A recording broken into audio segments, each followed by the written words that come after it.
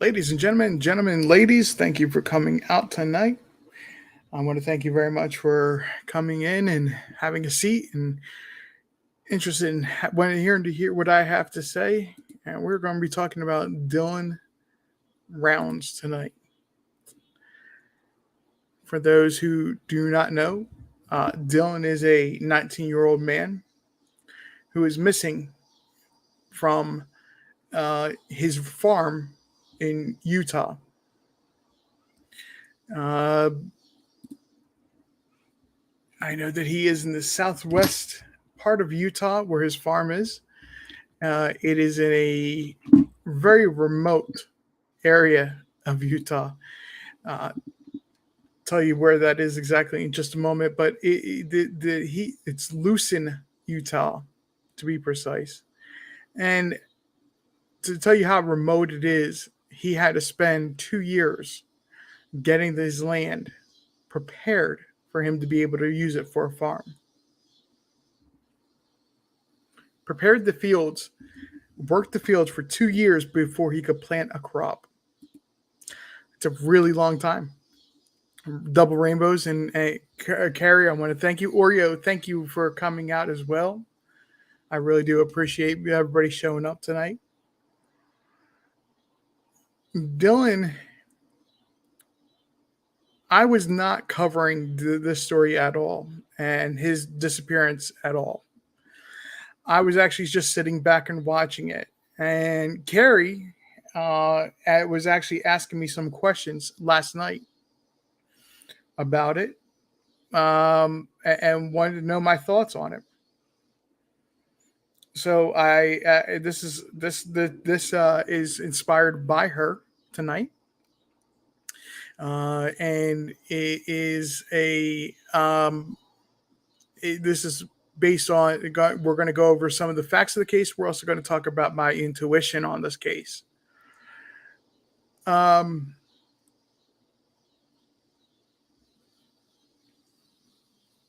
Everybody's hearing me okay? Everything like that before I continue?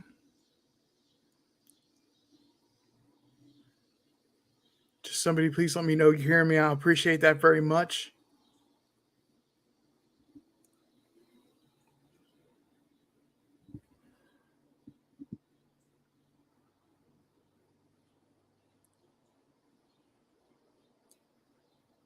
Great. I appreciate that. Because I was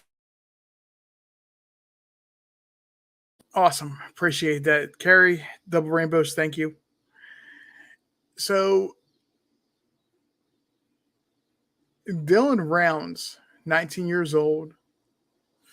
Let's start with a little bit of breaking news on it tonight. If you haven't heard, the person that was staying on the farm with him, but was in a camper or trailer that was on the farm, was arrested today on guns violation charge.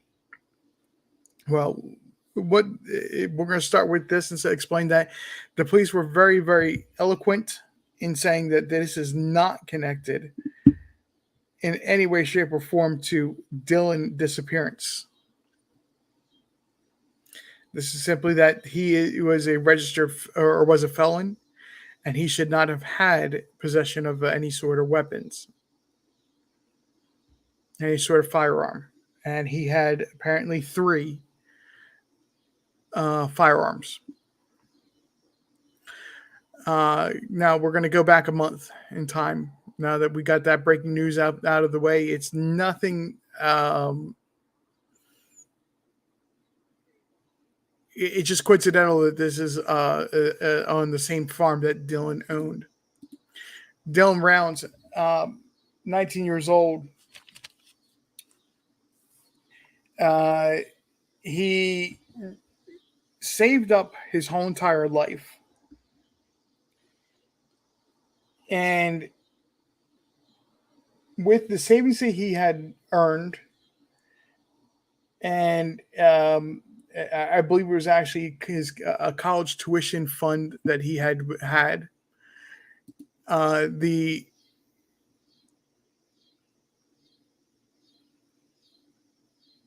The hello, Charlie. How are you? Don't want to forget anybody saying hello. Um, Everybody, hello, hello, hello, all the way around. Even though I didn't highlight everybody. So the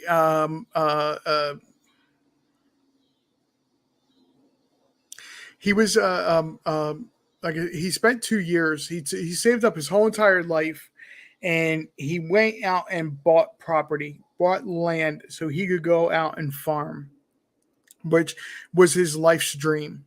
He wanted to be a farmer.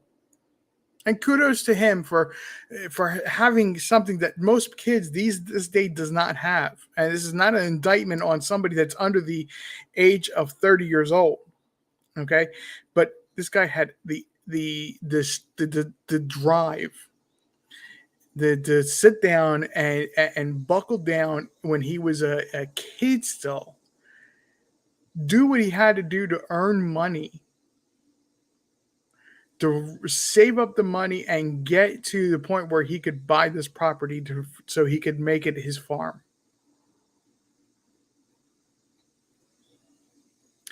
Where the wind blows, you're exactly right. That is a problem these days, but that's not the point of why we're going to tonight.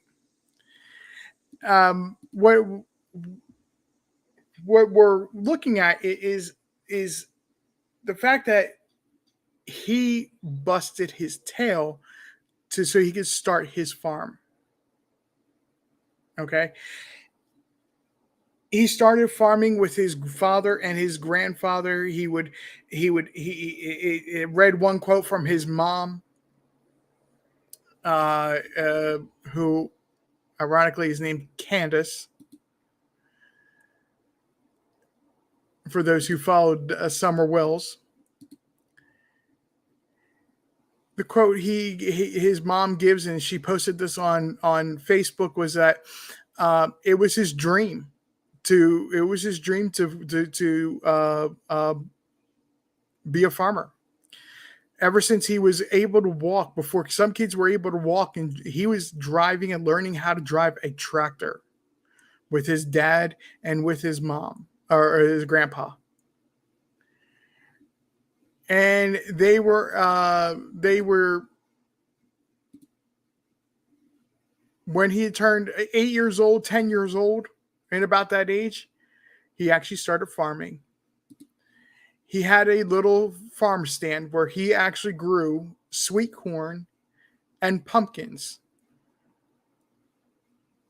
He had a small pumpkin patch, and that he actually raised, did himself.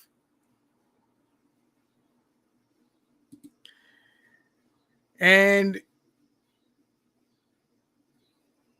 right, exactly, where the wind blows, exactly. It's adorable. The story of that is absolutely adorable. That he wanted to be a farmer so bad that at the age of 8-10 years old, he was already learning how to be a farmer, and he grew sweet corn and pumpkins, and he's had a little farm stand that he sold them from.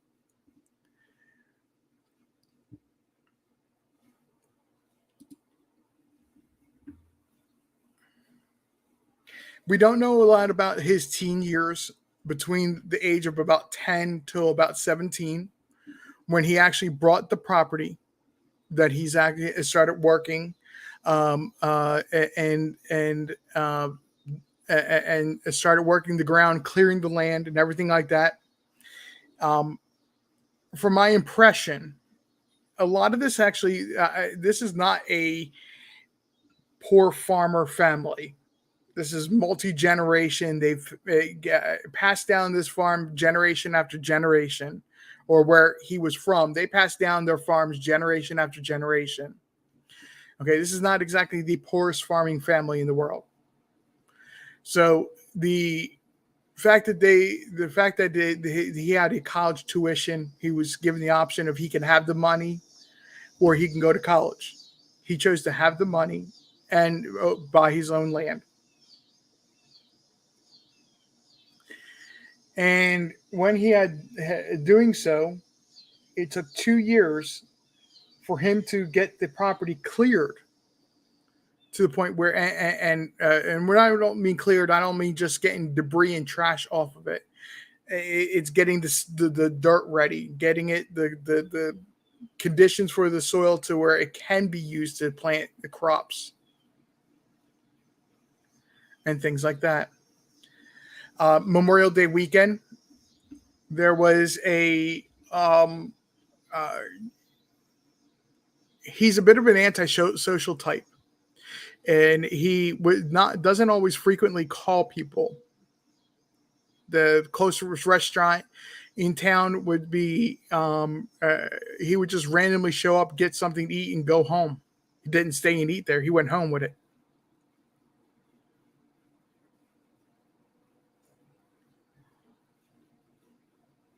Right? Double rainbows. I kind of agree. It's like I still have dreams of doing other things than what I'm doing today, and that's honest. I love my job, but I still dream of something bigger. Carrie has a great point. We can be anything we want to be.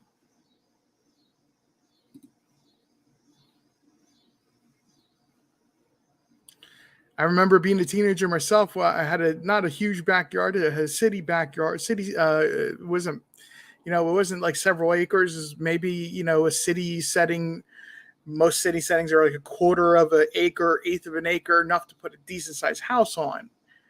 Whatever that measures out to be, I don't know. And I always enjoyed punting every year, growing a garden. Um, Tomatoes, hot peppers, that kind of stuff out in the garden. Oreo, from as much as I have talked to cosplay, I'm surprised that would not surprise me at all, Oreo, and I would not be surprised if she knew how to drive a tractor.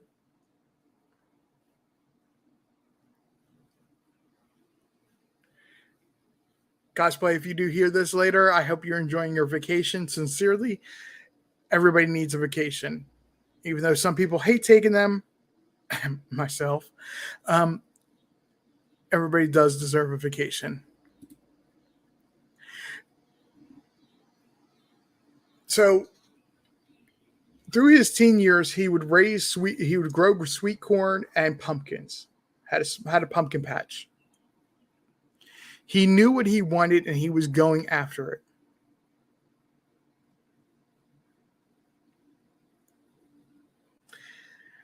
Just this past year, he finally got all the work done that he needed to prepare the ground, prepare the soil. He got his water rights. And here's something I didn't know. What are water rights?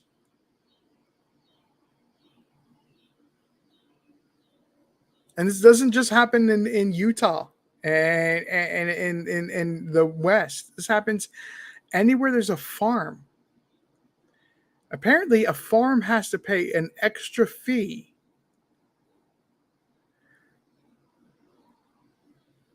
for the use of water or the ability to pump it in from a river or a stream or a lake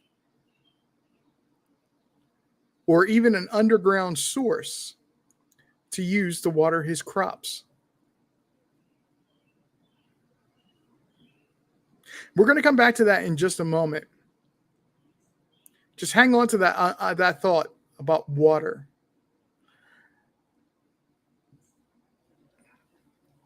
Just hang on to the thought about water a few moments.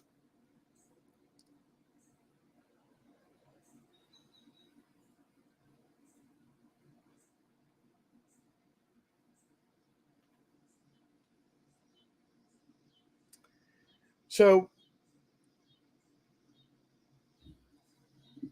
Dylan went missing, or the last person to have contact with Dylan was on May 28th. It wasn't until May 30th that anybody realized something was not right.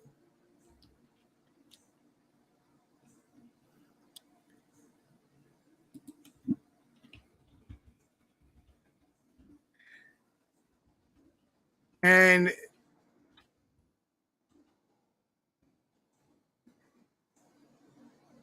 it was on May 30th that he was reported missing.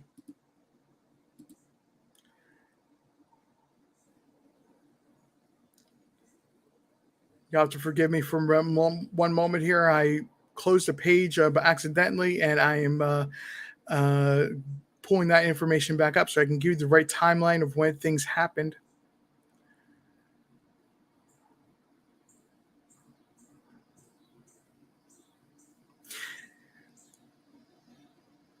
And on May 31st, it's when his parents, his mom, as well as the Box Elder County Sheriff's Department, investigated and posted on their Facebook page about Dylan being missing.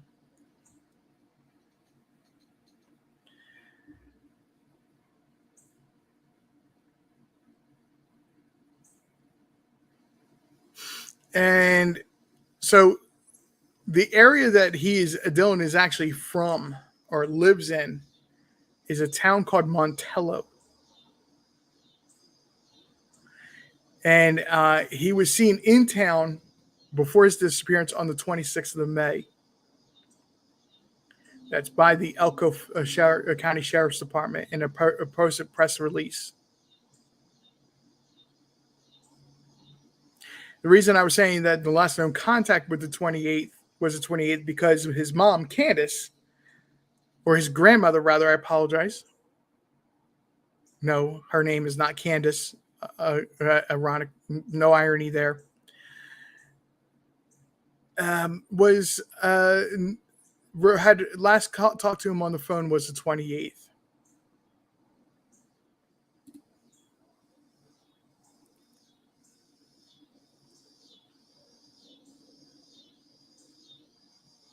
Bear with me just a moment here. I apologize and appreciate your patience with me.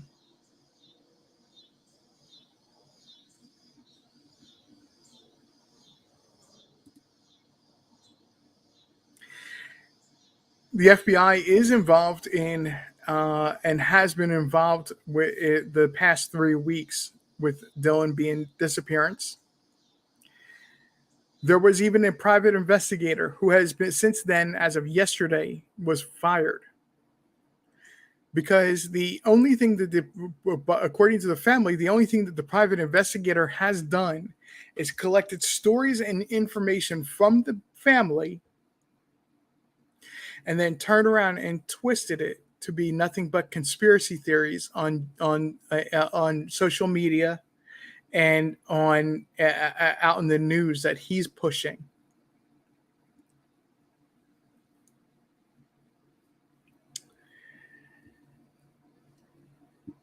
Within the past 3 weeks, and unfortunately, I apologize, I cannot give you an exact date because I cannot find the timeline that I had found earlier today. Oh yeah, he's a real piece of work. This private investigator is outright full of crap. He's just full of crap. He was not representing anybody but himself and self-promoting his name. He was not even registered to be a private investigator in Utah. The only reason his family found him was that he was in Idaho. Sounds like more or less the old story of a lawyer being an ambulance chaser. Sounds like one of those types of scenarios.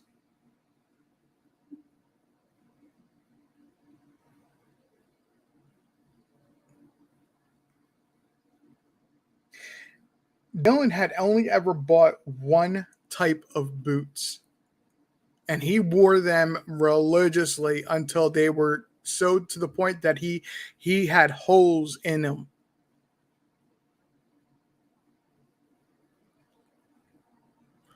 And then he would replace them. Where the wind blows, I didn't say that, but I'm not going to disagree. They're two peas in a pod.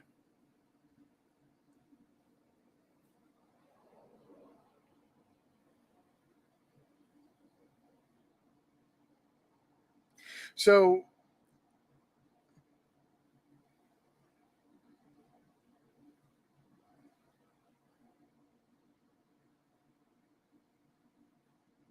There's also information running out there, and it can't be confirmed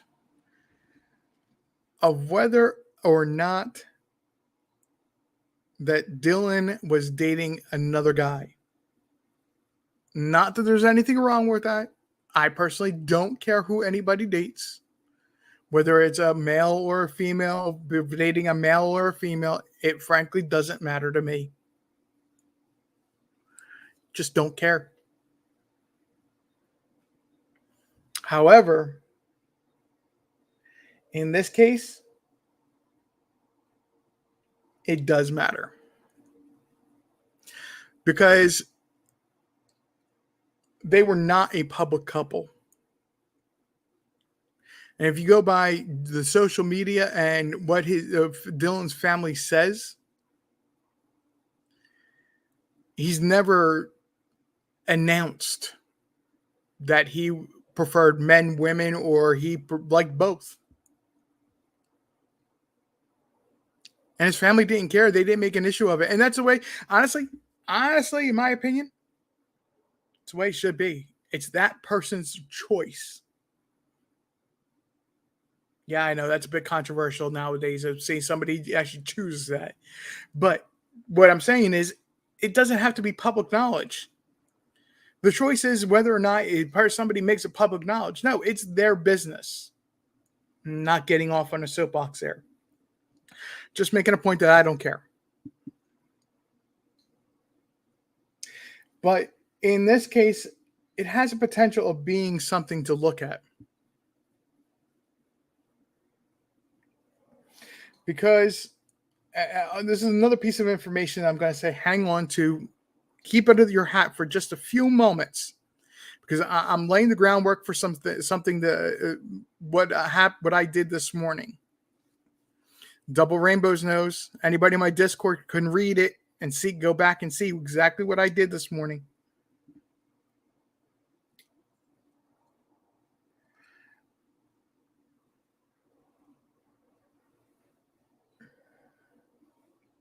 I had some questions about this case after I was asked my opinion.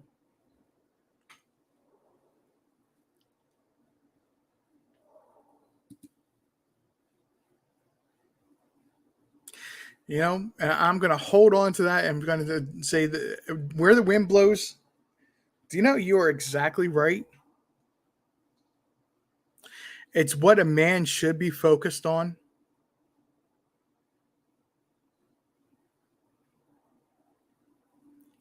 You said exactly what what a man should be focused on. His goals. But that's a whole conversation for another time.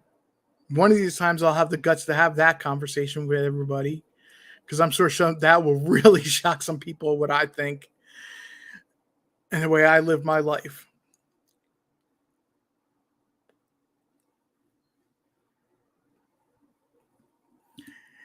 So Dylan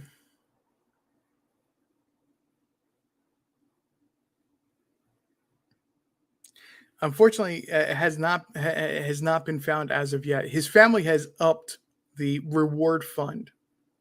And this is why I was saying that he did not come from a poor family. His family were from where he was in Idaho has raised $100,000 for the reward fund for their son.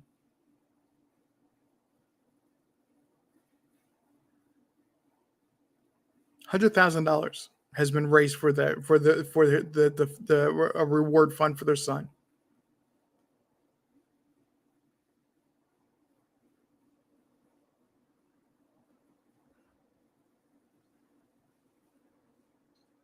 And so, just give everybody a heads up. We're going to get a little off the beaten trail here now. Some of you know, some of you are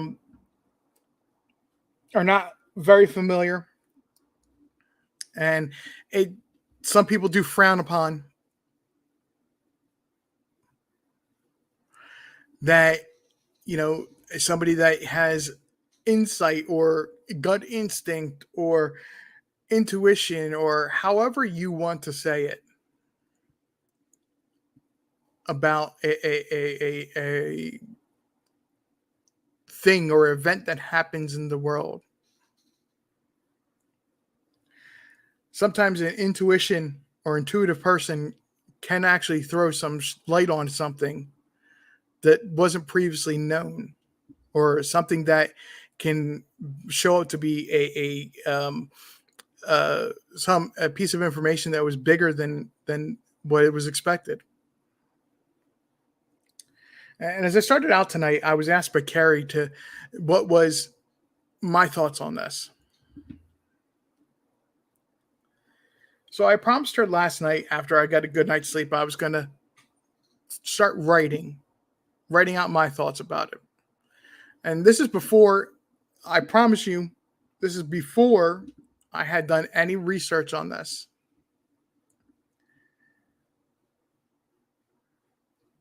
I started writing questions and just what my mind went to.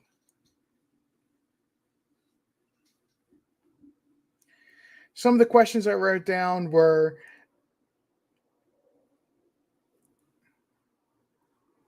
who didn't want the land used for crops, and why? What did they want it used for? Frankly and honestly, every single question that anybody ever wants is he still alive? What are the purpose of the boots being left? The questions like that I wrote down, and I concentrated on them. I focused on them for a little while this morning.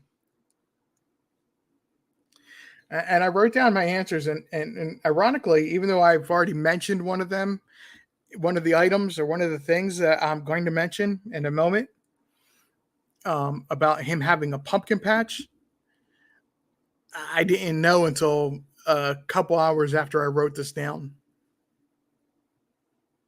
Or I wouldn't say a couple hours, I'd say a good hour after I wrote it down.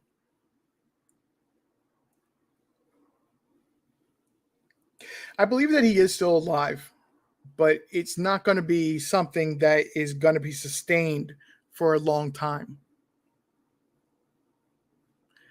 This group of people or persons that is doing this is going to get their way, or is going to have consequences that nobody wants. I believe this is over water. Not overseas, not over a lake, not this is literally over the water rights.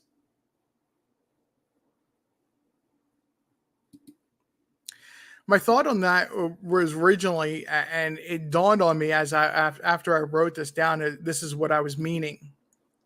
I believe that Dylan had plans to be innovative, not with his water rights, or how to conserve and be more sustainable from not having to use water rights, or minimizing the use that he had to do. And he was trying to come up with a system. Thank you, Carrie, for throwing that up there. I appreciate that. This is, as Carrie said, this content is discussion, and discussion is all opinion and allegedly. I appreciate Carrie watching my back there, because I keep forgetting about things like that. Please, guys, do not forget to hit the the bell, the notification bell if you hadn't already, and that subscribe button as well.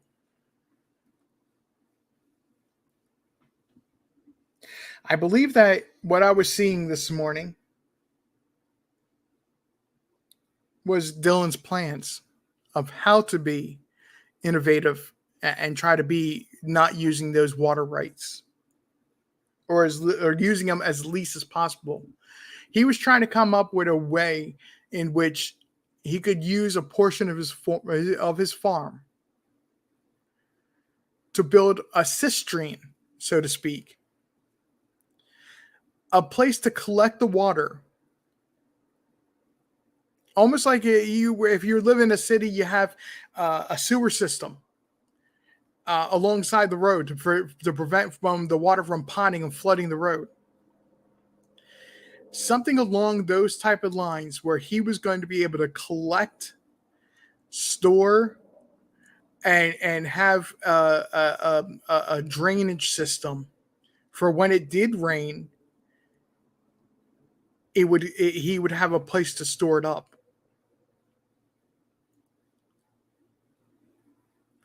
When I saw this, I saw large cement tubes, for lack of a better word, like the ones they put in the ground at construction sites to run for the sewer systems, and they had a collection area where water would be collected that these were connected to.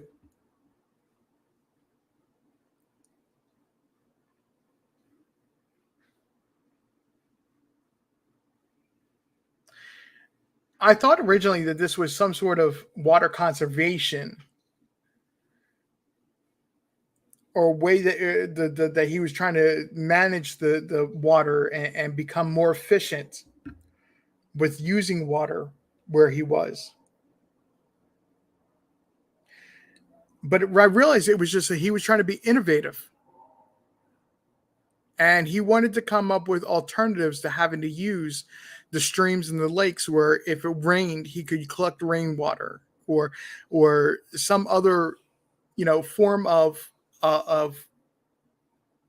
that form of collecting the water that I have no knowledge of how he would possibly have done so. But he struck me as being very innovative with the system.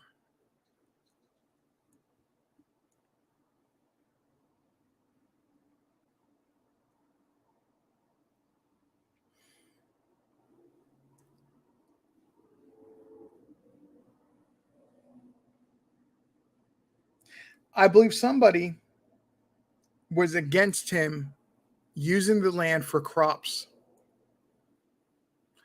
Somebody was trying to force him to raise cattle on that land and not grow crops, and that's not the kind of farmer that he wanted to be.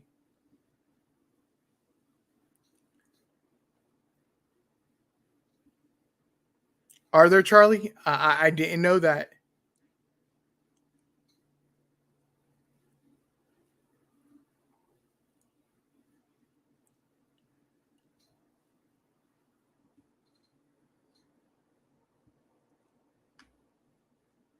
Yeah, he got like I said, he was trying to be innovative with the use of water, and he was trying to be. I wouldn't say he was trying to set up like a hydroponics type of thing, because that would create need a greenhouse to be able to set that kind of a system up. I'm familiar with a hydroponics. I know what that is, but this was clearly that this was something in the ground and it was cement. Like I said, I don't know if it was something he was actually working on or something that he had come up with the idea of. But what I saw was these tubes or these tunnels or construction, whatever you want to call them, were at least waist high. If he was standing in the ditch, the tubes were at least waist high, and they connected to another boxed off cement air type of deal. I don't know if it was actually cement or not. I just know it was some boxy thing that was sitting in the ground and it was collecting the water.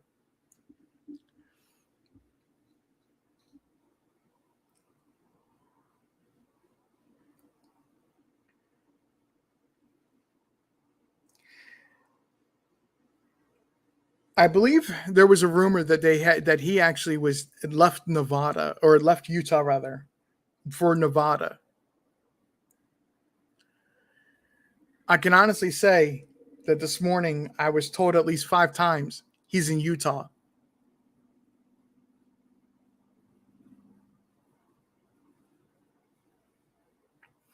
I don't believe he has actually left Utah since his kidnapping. And yes, I believe right now this is a kidnapping.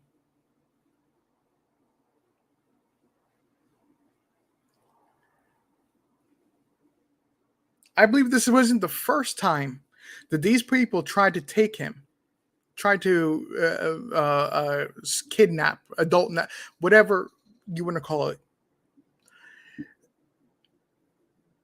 I believe this is about the third time, and this is why the boots are important. They've made him leave his boots to discourage him from running away like he did, and getting away like he did previously from them. He escaped them previously.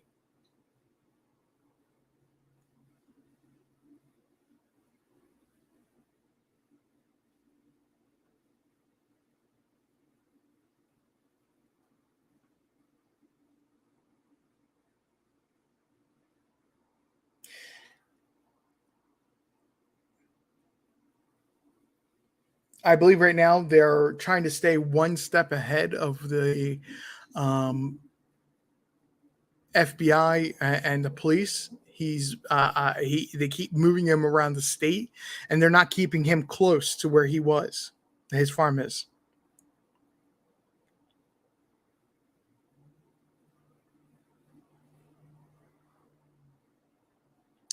Well, Charlie, that's the thing is they say that there was a person that came onto the property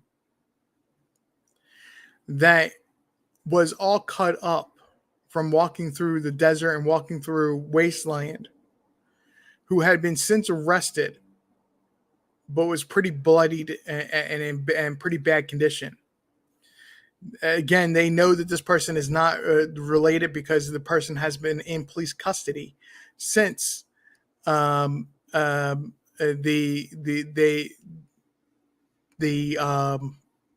uh, since he had showed up on the property, he had warrants or something like that, and he's been still in police custody. But that is a possibility. That is a very real possibility. Yeah, the guy with the bloody feet is I think they kept referring to him as he's still in jail.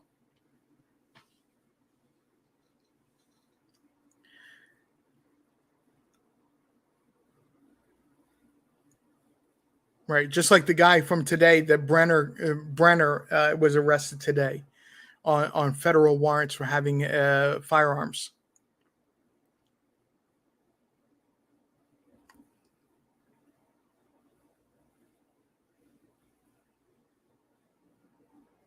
He was 19 years old, and I can honestly say he is extremely driven, very proud of being a farmer.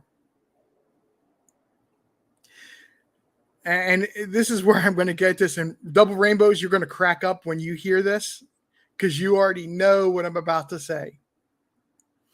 This morning, like I said, I was free. When I do when I do this, it's like a free association writing. I let my mind draw blank, and if I scribble, I scribble. If I write things that sometimes I will write something that actually makes no sense whatsoever. Yes, I see it's a they.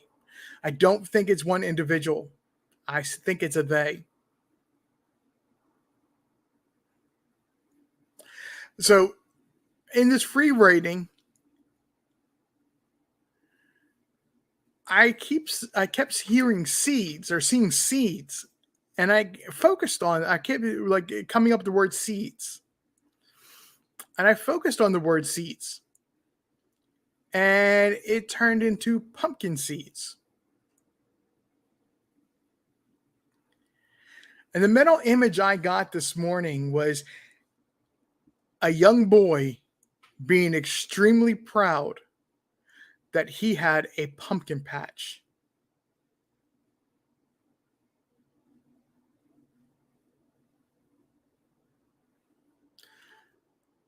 This is how I can tell you that this was his dream. Life's dream. He wanted to be a farmer, and he was not going to let anything stop him.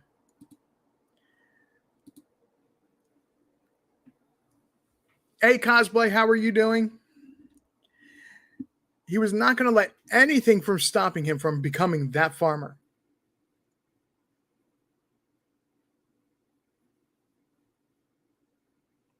And if Double Rainbows remember, I actually asked Before I knew anything about him growing pumpkins, I kept saying, I said, where does pumpkin seeds come into this?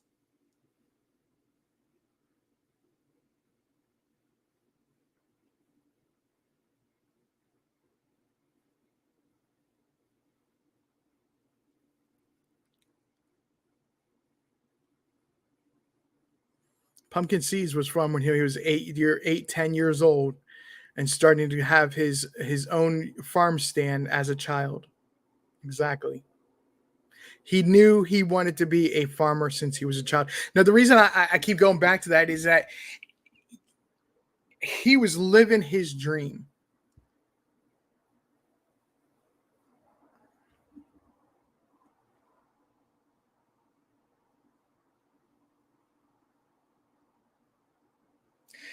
There was two arguments that I believe come into play and are importance.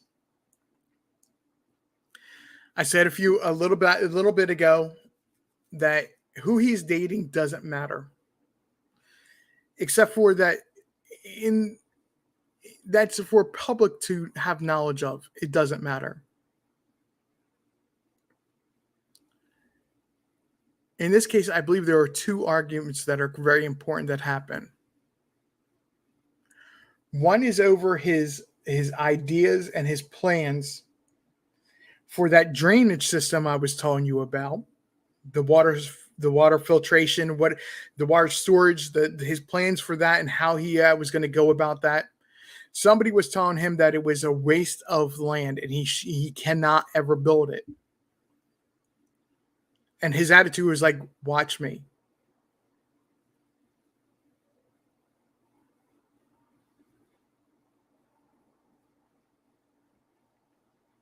The other argument that happened that I think is really important, and I don't think anybody needs to focus or should be focused on what his what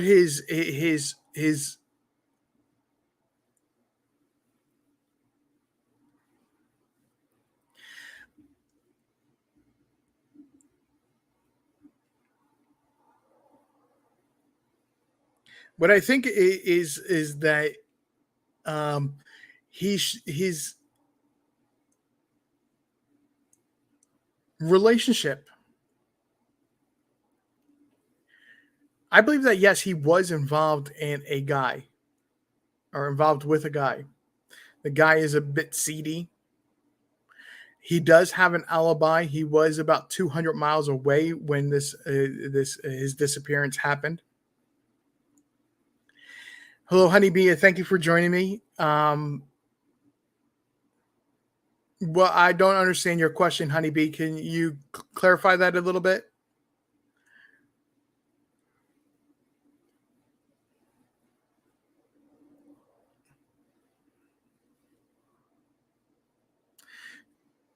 I think that has everything to do with this argument has everything to do with going public. And somebody wasn't ready.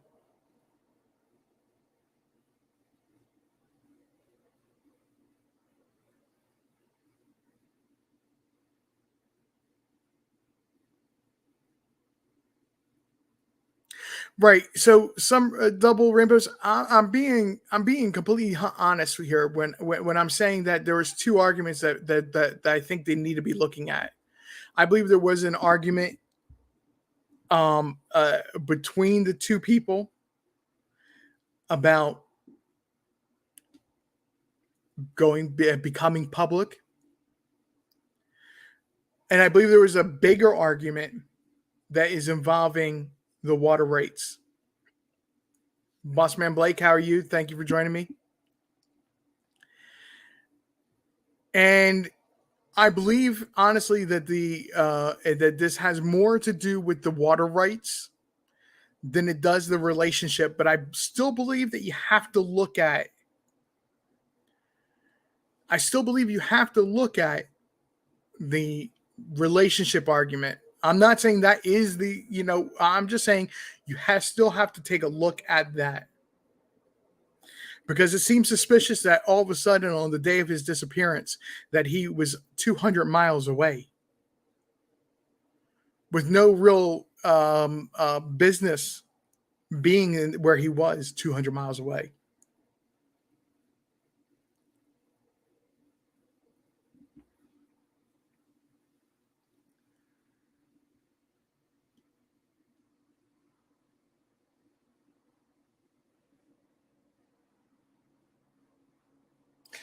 So I had mentioned before that his heart was set on planting and raising crops.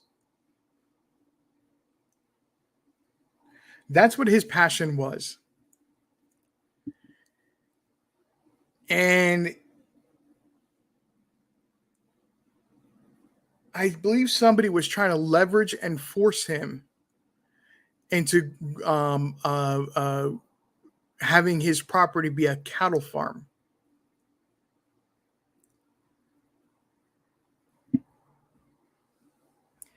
I think I mentioned that before, but with his plans,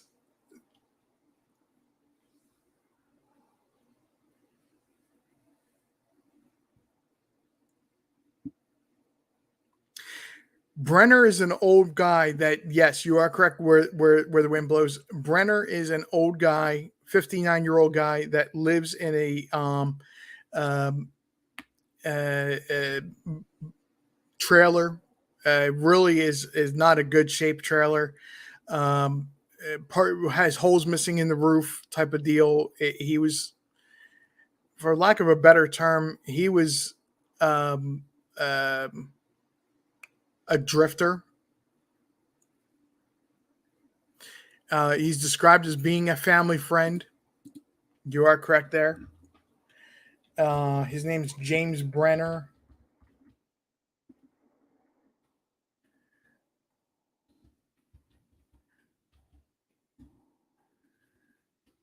Um,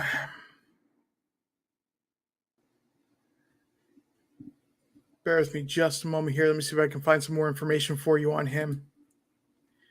I don't believe that is actually who I was referring to.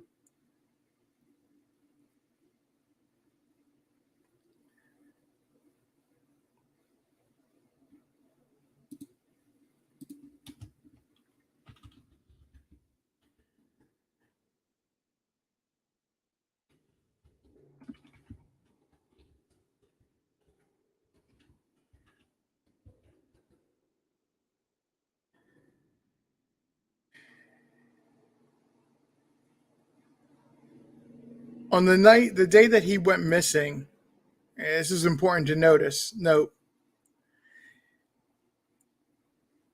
his sea truck was by where he lived. And he went to move it because it was going to rain that night. A nasty storm, from what I can gather. And he wanted to go move it to be in his shed, his barn, for lack of a better term, to be so it won't get wet and ruin the seed.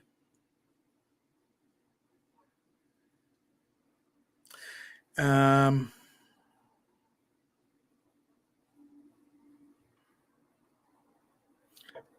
I would definitely have to get back to you on the name of the person I was talking about that is over 200 miles away on the 28th when this happened. But there was a person that it was over 200 miles away at the time. Bossman Blake, how are you? I'm sorry I wasn't ignoring you. I just wanted to make sure I did say hi. How you doing? Honeybee, to be honest, I'm still learning this because I started looking into it this morning, like really looking into it. I had not looked into it before, and I'm still gathering my points, gathering my information, and I had to stop this morning because of work. Guys, I went ahead and threw in the link in the chat here. I'm going to pin it as well.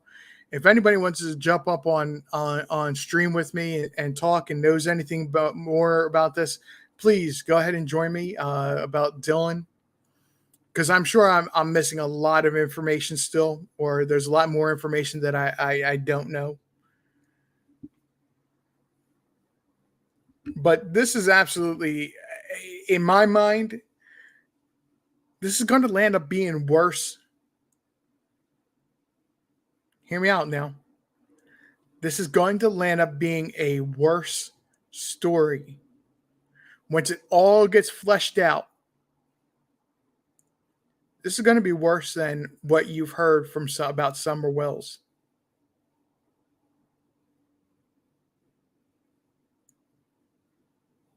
It's going to be more twisted and strange than Summer Wells' disappearance.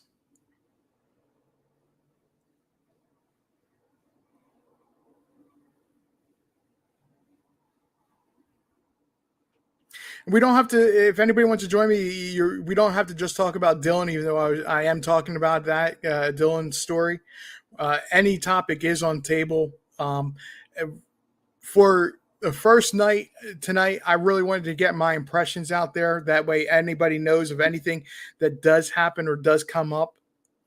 Like I said, I did not know anything about him growing pumpkins until I wrote down pumpkin seeds this morning. And if anybody's familiar with me, my intuition is very strong. When I'm here on my channel, I speak more liberally than I do when I go on Bossman Blake's or John Q or anybody else's channel and speak about a case. Then I'm about the facts, So this is the only place that you're going to hear about those things until it actually becomes public knowledge.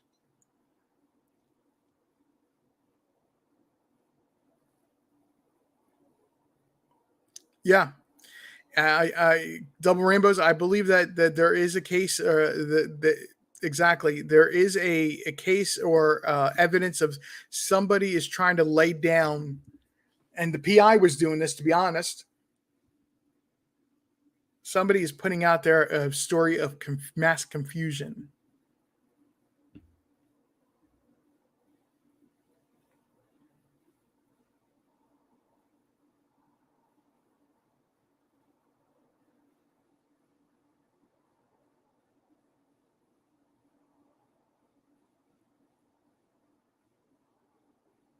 There's right now, Bossman, there's not really a lot to talk about.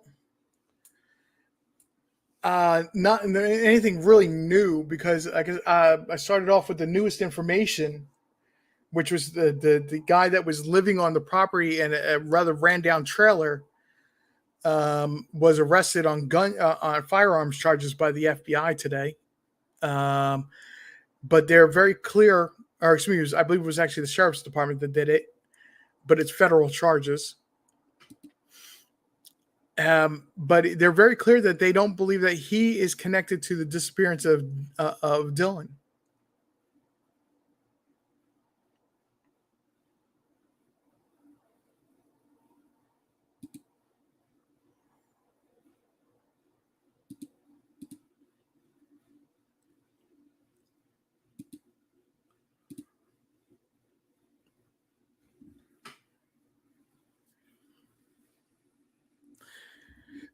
Pretty much all the information that is coming out is pretty straightforward on this, or appears to be straightforward. But I can tell you, I don't believe it is. I believe there's a lot of twists and turns to come out of this yet.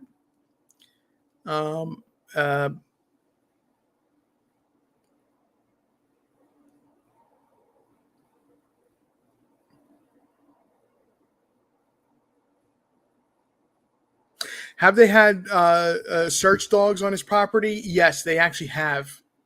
They have had search dogs. Here's part of the mystery about this. His mom actually went to the property,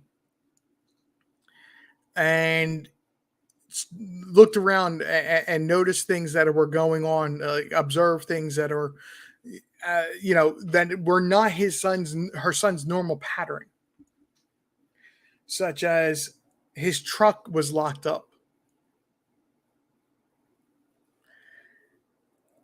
The seat, the driver's seat, was moved all the way forward. Dylan's almost 6 foot tall. Why would he need a seat to be all the way forward?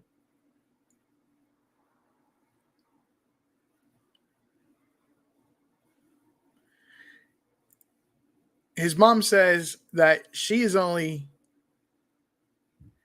4'10", I believe it is. 5 foot. She's right around 5 foot. I'll put it that way. And she has to move the seat all the way forward. But her son would have the seat all the way back.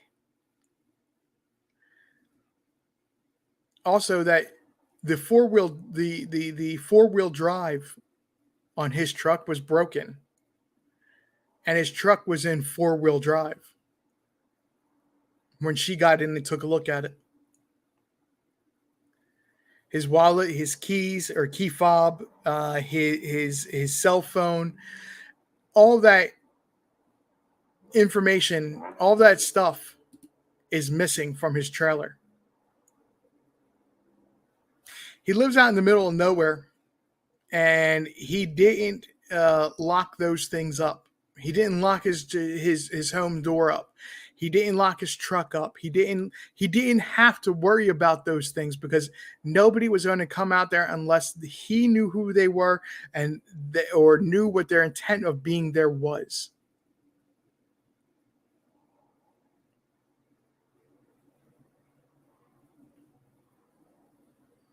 Exactly, double rainbows. Exactly. They cleaned, not only that, is they cleaned the truck or they had a short person driving the truck.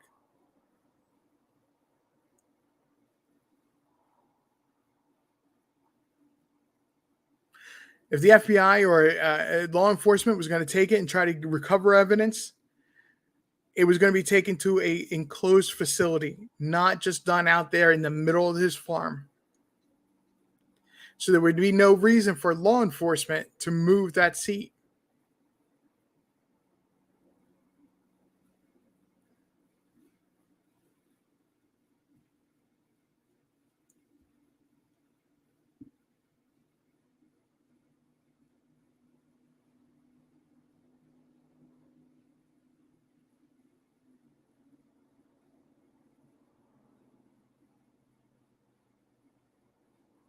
Yeah, I say somebody moved it because you're saying one person driving the vehicle. I mean, a team of people don't drive a vehicle. Although sometimes it's good to have a navigator. Um,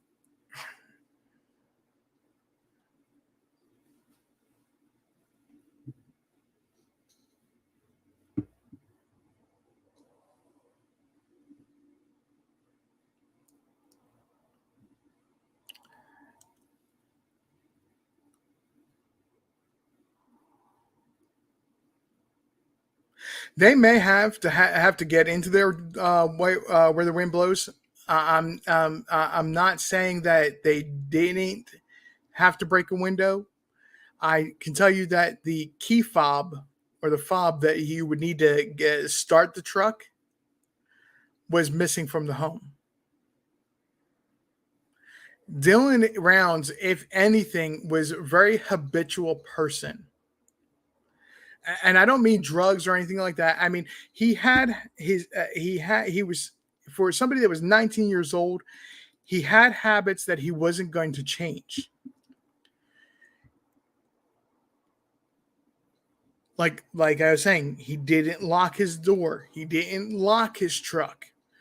He didn't that was things that his mom knew about when they lived in Idaho. He never did.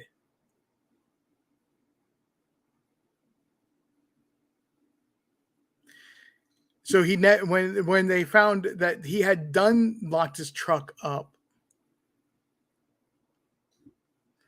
and how they had to gain entry to his house.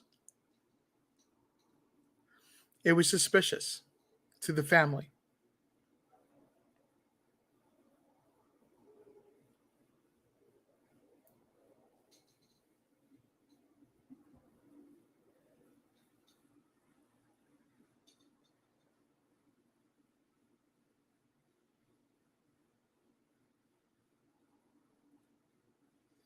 It was suspicious to the family that they had to go through these extra measures to be able to gain access to his vehicle or the house or anything along those lines.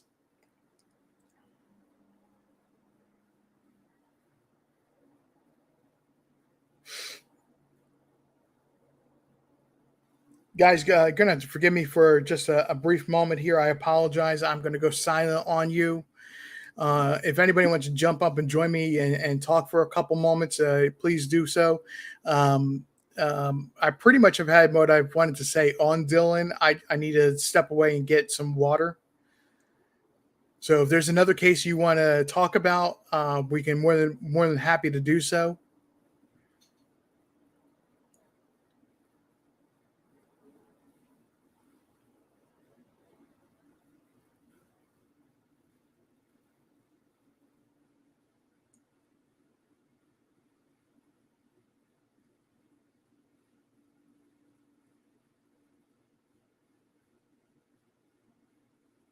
Oh, it's crucial to report Dylan missing.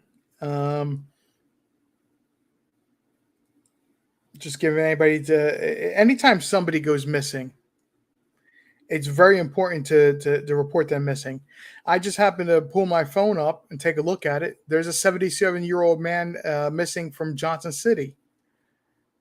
If you're familiar with where I live, a 77-year-old man missing from Johnson City, not very far away from where I live. There's a silver alert.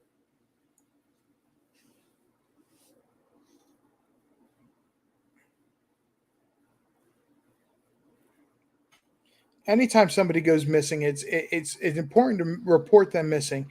Some people do make the conscious decision. Just to, some people do make a conscious decision that they have to step away from persons or circumstances, and getting 3 states away is not far enough away. You know, there are persons that you are like that you have to separate that far away from because they're just that toxic for you. This isn't that though.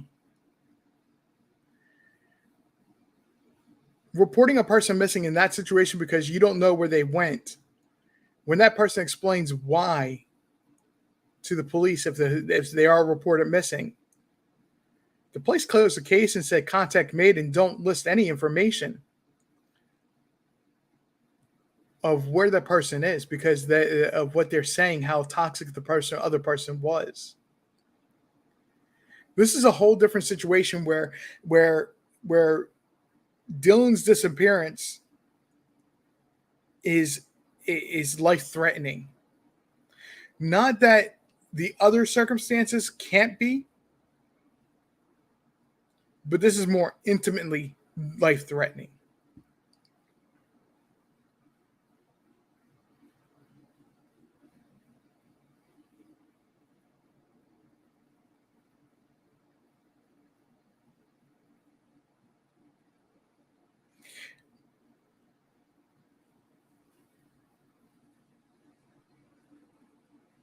There's a 54-year-old man been missing over around Utah, driving around by the mountains. Have they found him, or is he still missing?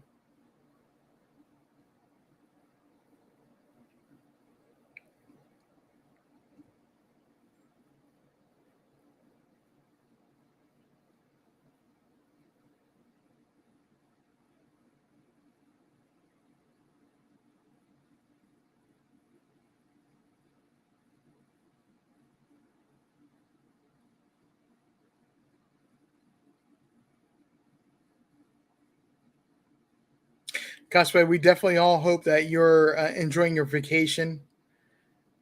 I know after the softball season has ended, is winding down, you are very seriously have been looking forward to this vacation.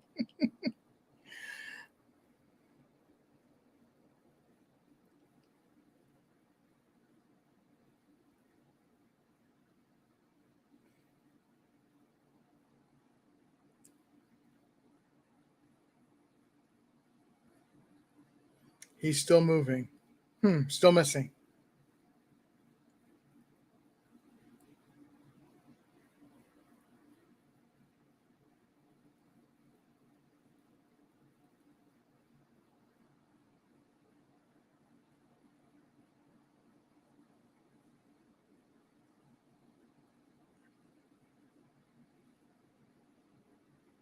People go missing all the time, and sometimes it's. Please understand, I'm not trying to downplay somebody going missing.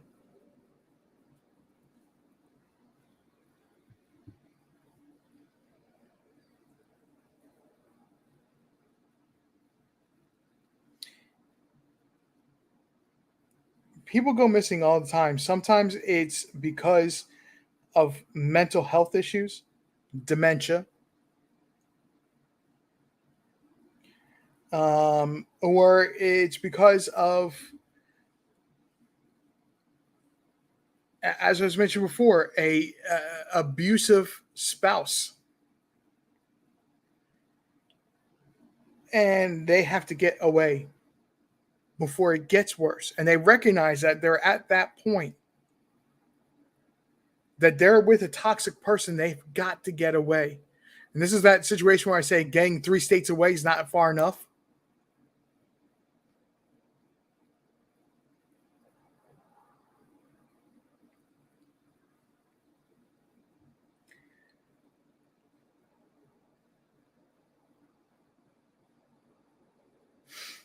It's that type of situation.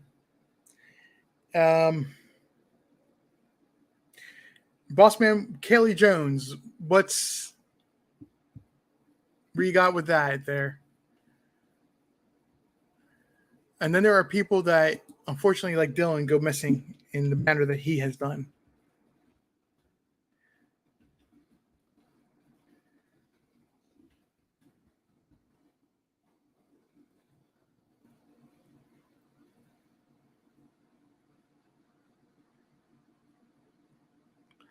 3 hours ago, missing Kaylee Jones, 16, maybe in dangerous situation after talking with strangers online.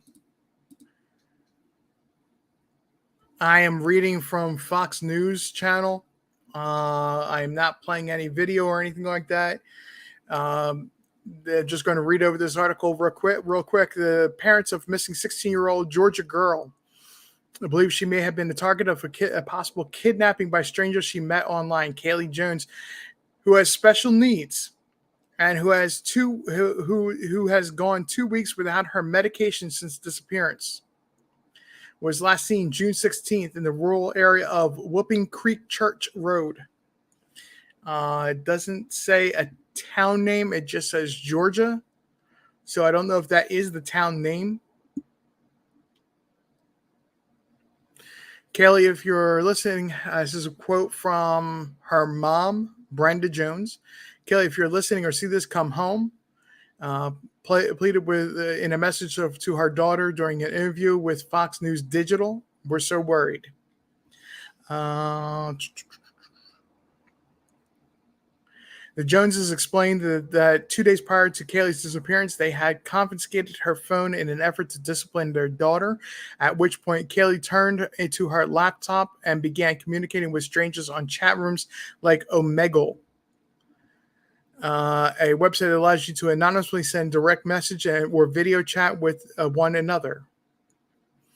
I only know of that because the Do, a guy that goes around and plays songs on his guitar, will use that once in a while to randomly find somebody to play a song for. He does YouTube videos. Kelly shared personal information, including the family's address, with some guys she was speaking to online, her parents said.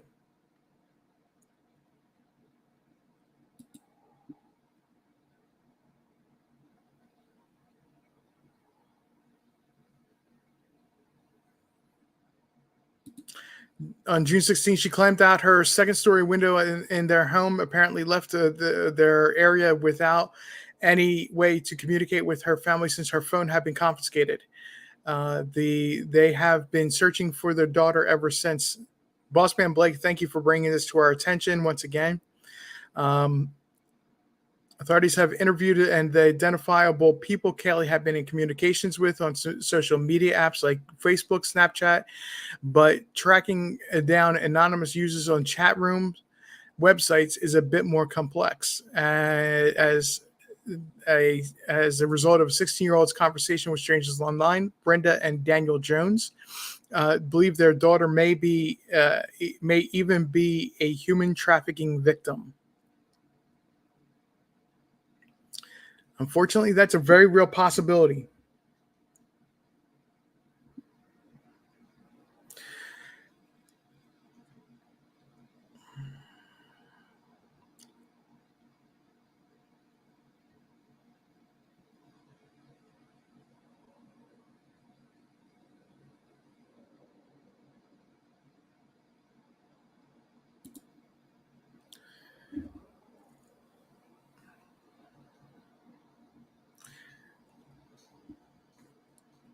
So many people would take advantage of a young girl her age.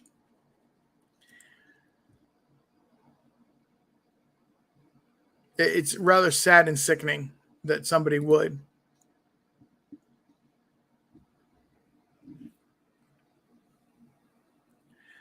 Boss man, why don't you go ahead and jump up on up here? You have the link in the chat there, and we'll play your video since you are more familiar with it.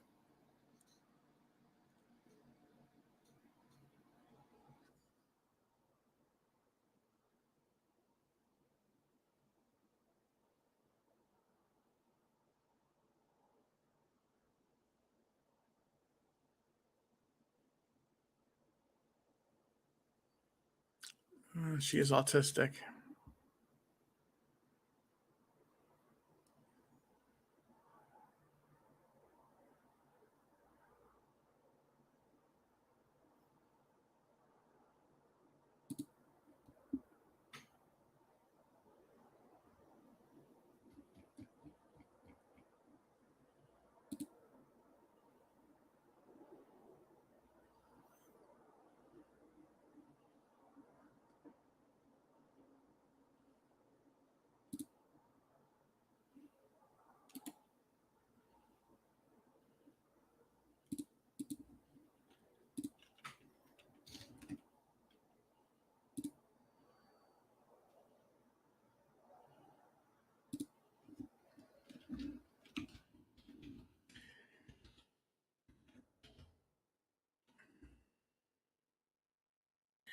Looking for Boss Man Blake's video.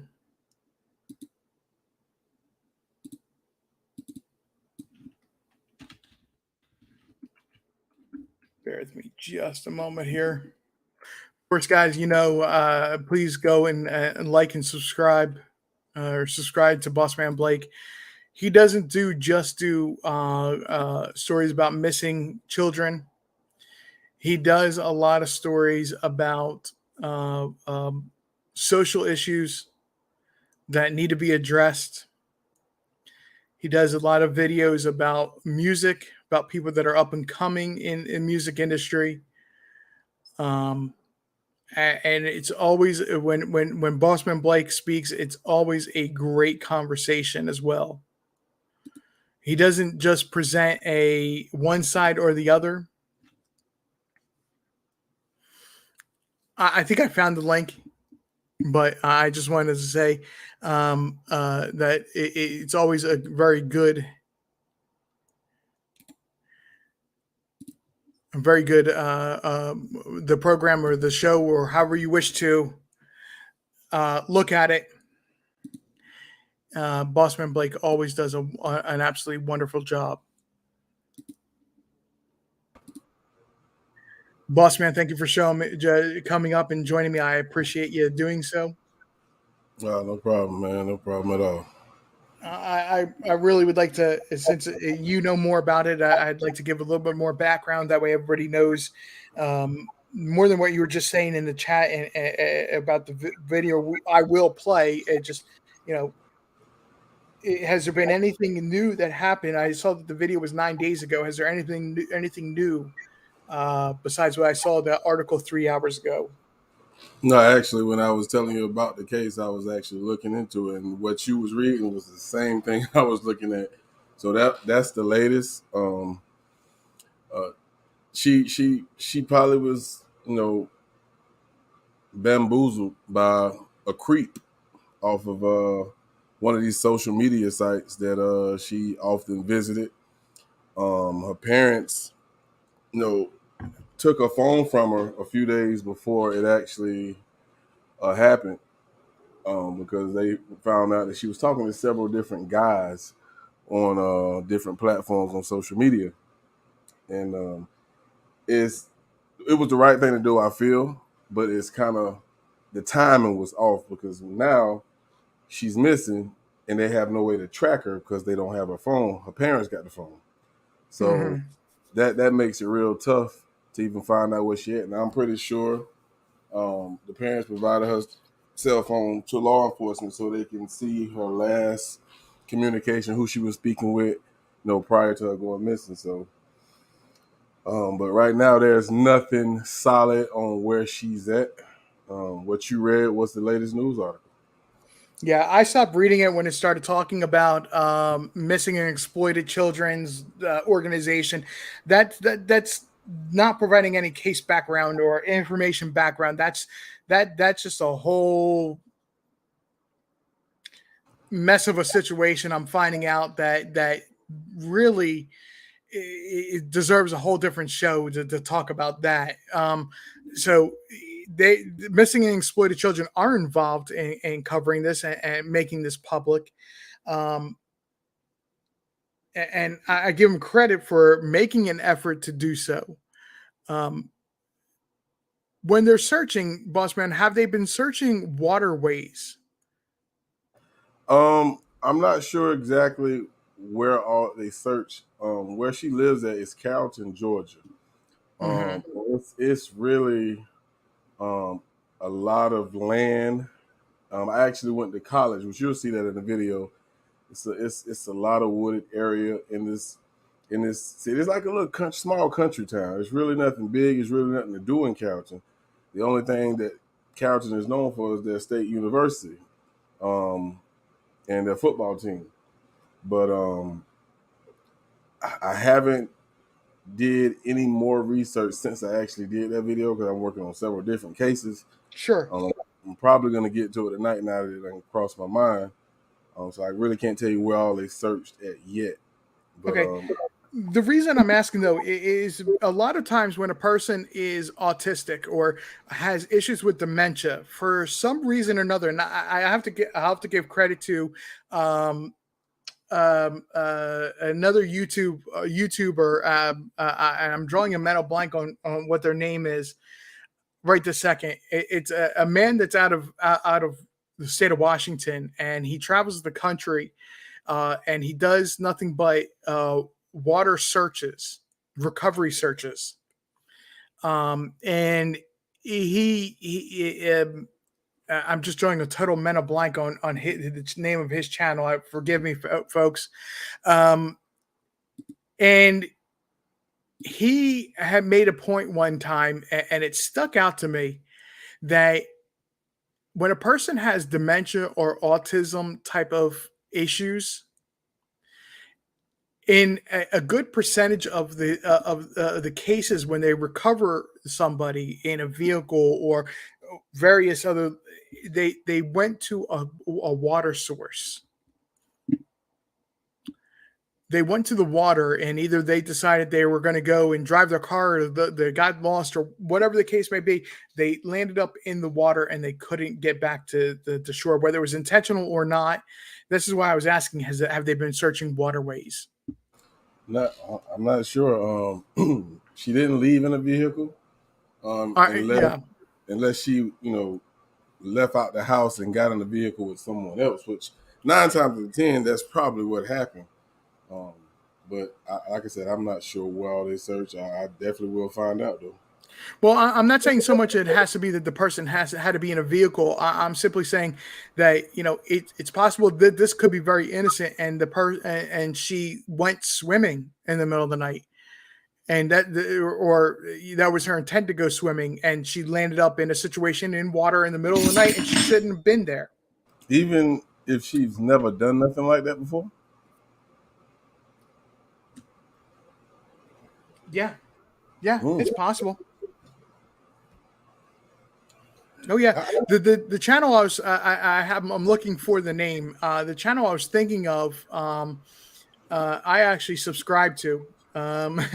So you have to forgive me a moment here as I get back to my YouTube channel and out of my studio on YouTube. It's not going to affect the stream any. Don't worry.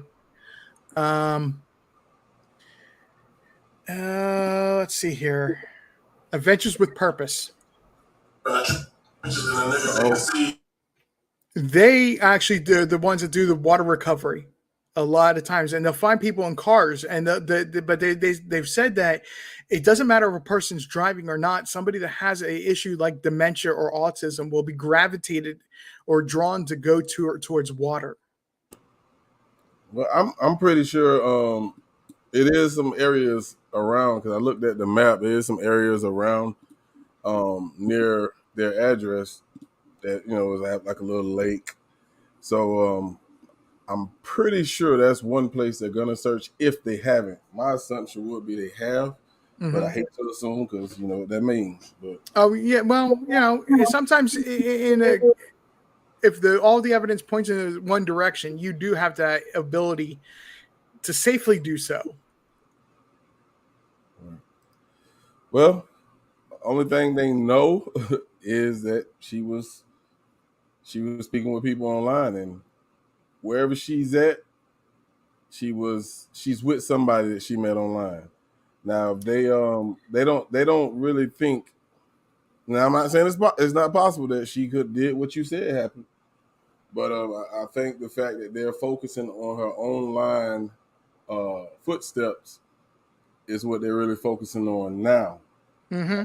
And you know how law enforcement, they stay tight lip about certain things because I guess they don't want to I guess give a heads up to the person who is guilty or a suspect.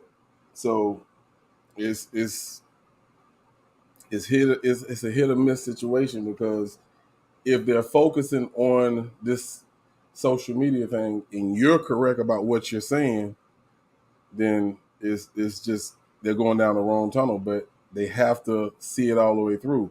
But Oh, I agree. you never be tunnel to have tunnel vision because then you're closed minded towards every other possibility. Chris Madonna is very famous for saying you always start at ground. You always stay at ground zero. You always stay at ground zero. You don't leave from where everything began. Now, Yeah. When he said that many times when you talk about Summer Wells, and this is why I have wholeheartedly agree with him. You can't leave 110 Ben Hill Road with Summer Wells. It all began where it started, or it all ended where it started. yeah, But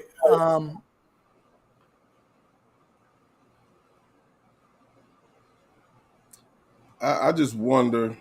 You have to look at the interview where they talk to the parents. I just wonder, which and we all know it's a possibility that it could be human trafficking.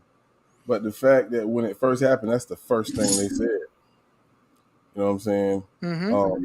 I don't know if it was something they seen online that she was involved in, or maybe they ran across that she was on a website or whatever the case may be. But that's one of the first things the parents said. They feel like she's a victim of human trafficking.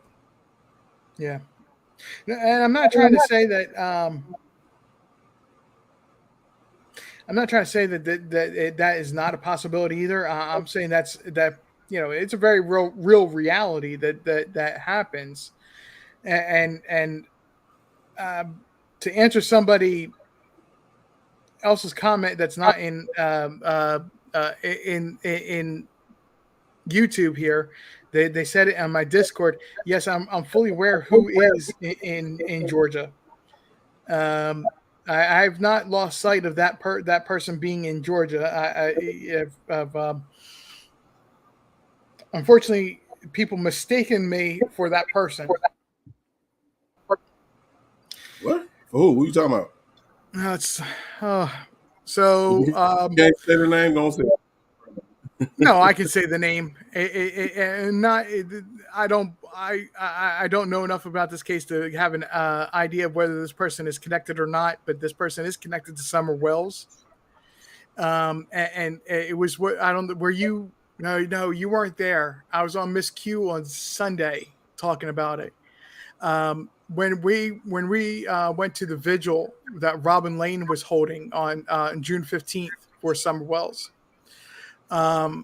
There was three streams that were either broadcasting it or rebroadcasting it. With they actually said that I was Jackie Dobbs. I have no idea who the hell that is anyway. Um, Jackie Dobbs is a person that was on Ben Hill Road at the Wells address, supposedly at the Wells address on June 14th, the day before Summer Wells went missing. He's just a older guy, strange by most people's standards, and he is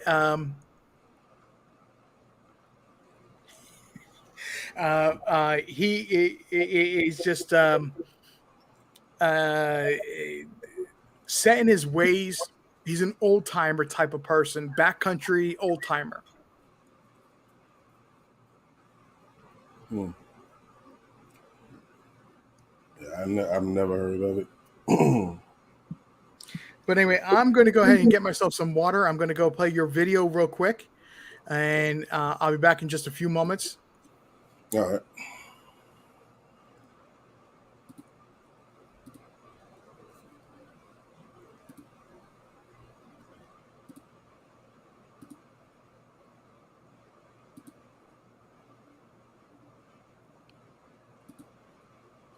Of course, guys, this is on Bossman Blake's channel, so thank you very much, Bossman, for allowing us to use this.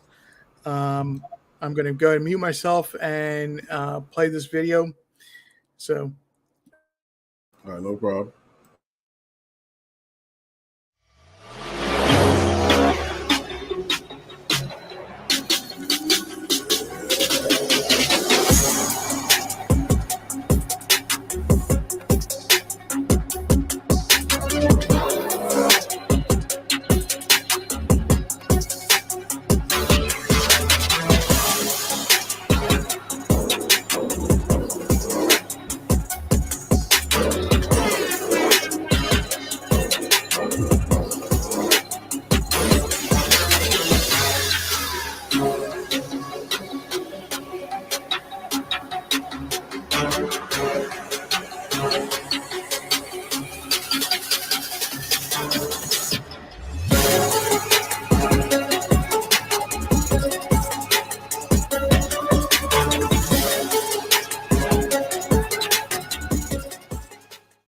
Appreciate y'all for tuning in. But before we get started, make sure you like and subscribe to my channel so you get a notification every time I go live or drop a video. I appreciate it. Good evening. Welcome to Dark Secrets. Tonight, we look into the case of Kaylee Jones. Kaylee was last seen June 14th. Her mom went in her bedroom, told her good night. That was the last time she seen her daughter. Now, there's something that you need to know about Kaylee, and it's very important. Kaylee is autistic. So that means she requires medical care from my mom and dad. Now, Kaylee lived with her parents in a small town right here in Georgia called Carrollton. I actually used to go to school in Carrollton, State University of West Georgia.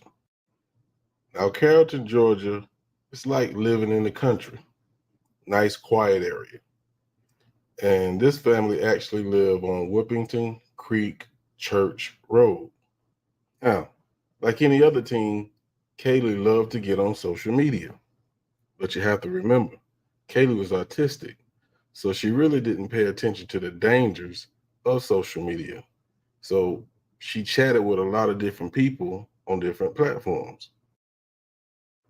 Now, prior to the day that Kylie went missing, her parents took her cell phone from her.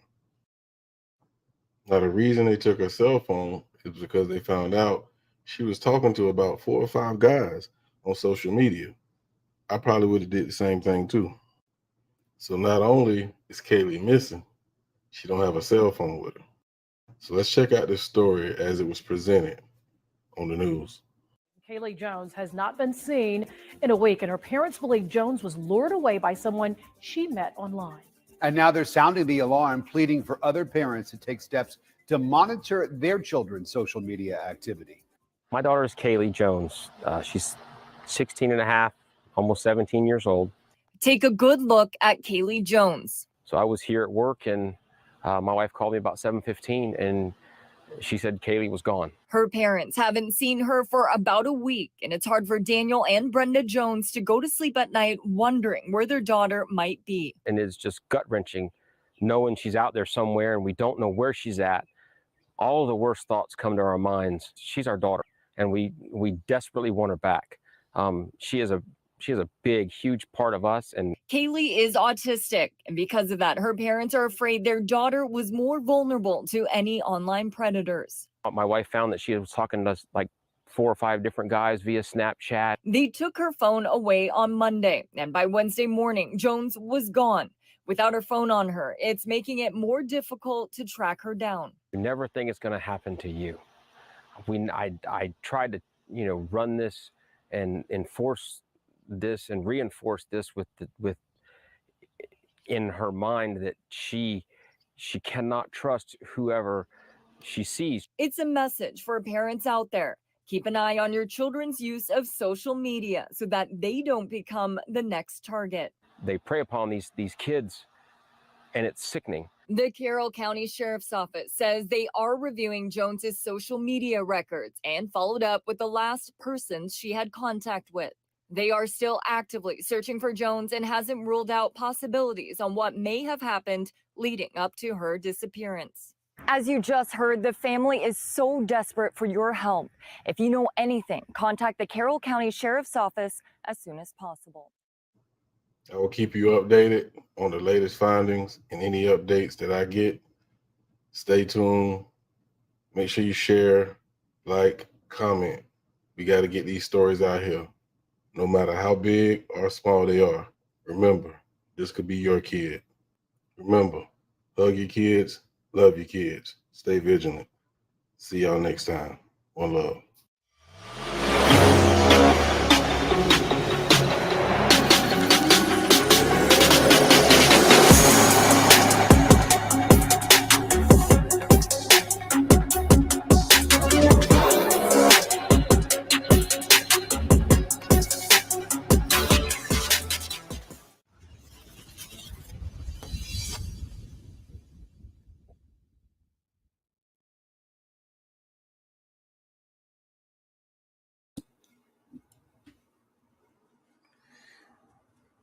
Really great video.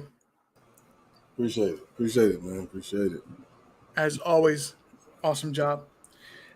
Anytime you do something for on a story, I've always seen a great job with a video that you put together. Thank you, man. It's been a long time coming. I can say that. My videos ain't used to look nothing like that. I just continue to put in the work and kept learning to get better and better. The presentation is everything, because it's hard to get people attention on cases they never heard of. So I think Right. presentation helps a little bit. You know what I'm saying? If they want to follow, they'll follow. If not, they're not.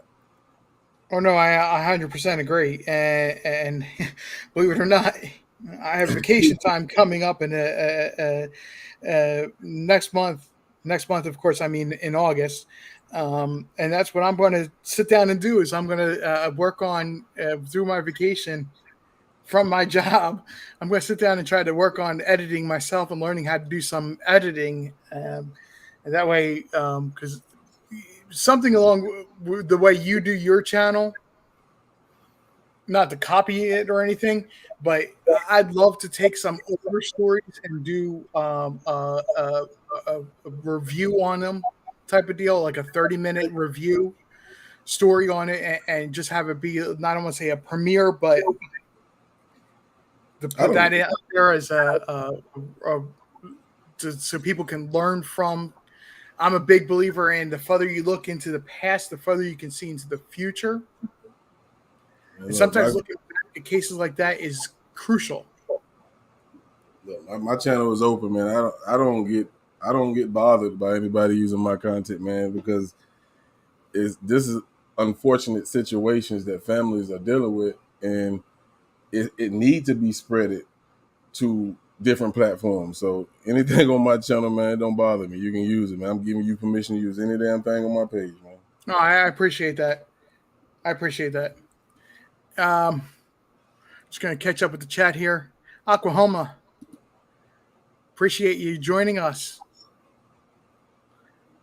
Thank you very much for hitting that like and share button. I appreciate that. I appreciate y'all in the chat, and I appreciate that, Charlie K. Appreciate you. I don't know if I can make movies, but I can do these videos. Right. Sometimes, hey, sometimes doing something like you even just the what you did. The fact that you were doing something to be up here and talk about it, we're doing something. Even my audiences are not big. Your audiences are bigger, and John Q's are even larger. Yeah. Talking about them, putting that news, that information out there, is sometimes the difference the world needs. Yeah.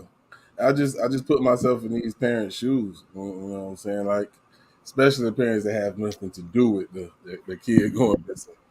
Like, I don't know what I would do if that happened to me. So I want to help if I can. If it's just putting a little video together, I mean, that's the least I can do. I agree 100%. Honeybee in foreign countries can give you a good idea of what is happening in our hometowns, but not easily accepted but keeping an open mind. Anything and everything happens everywhere. Very true. It's very true. If you look at what is happening overseas, a lot of times when you hear trafficking rings and you hear children being sold to a trafficking ring, more times than not, a child is either destined or is already overseas by the time you're talking about it.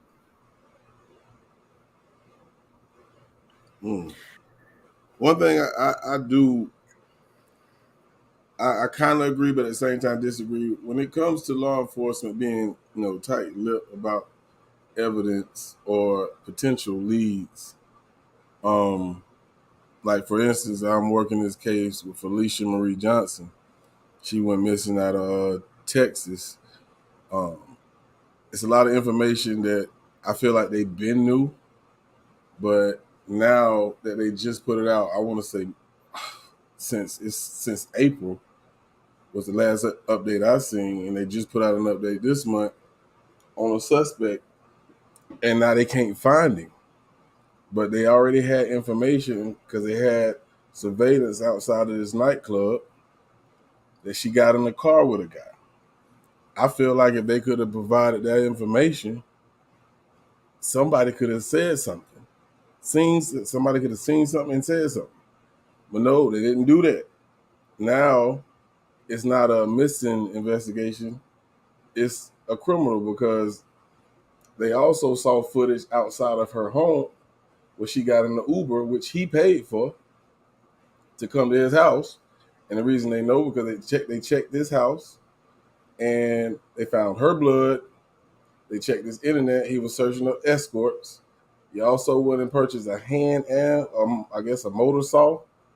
So they feel like he already dismembered her body. Now they can't find her body and they can't find him. So I just feel like I know sometimes social media can put a negative effect on a case, but sometimes it can also help. That's just how I feel about it. I agree. And where the wind blows, it makes an excellent point. We're talking about human trafficking. You know, we're talking about people being sold into, for lack of a better way of phrasing this, slavery, and around the world. What our own country did at one time, wrongfully so, just to be clear on that, wrongfully so did with other countries, is now being done to our own country, where they're targeting children to take them and force them to be a slave of SA. There's no other way of saying it. At one time, we're now number 2 in the world where the human trafficking occurs. Wow.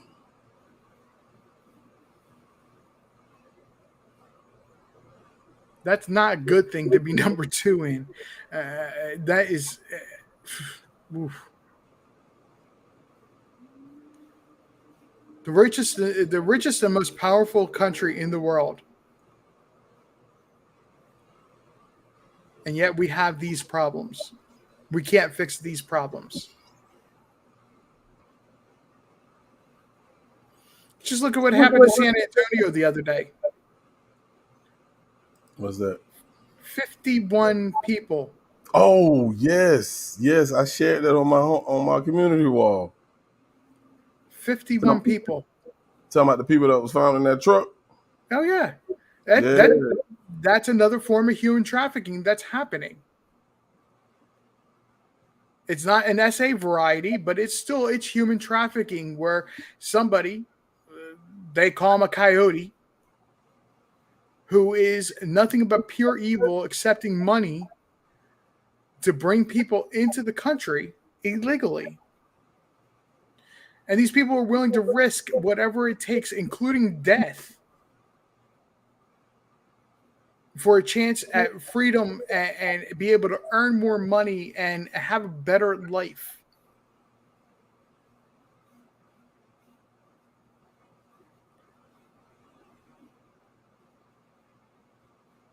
I don't want to get into a political topic. It is definitely a borderline issue, a border issue. No matter which side of the politics you stand on there's got to be a better way to do this.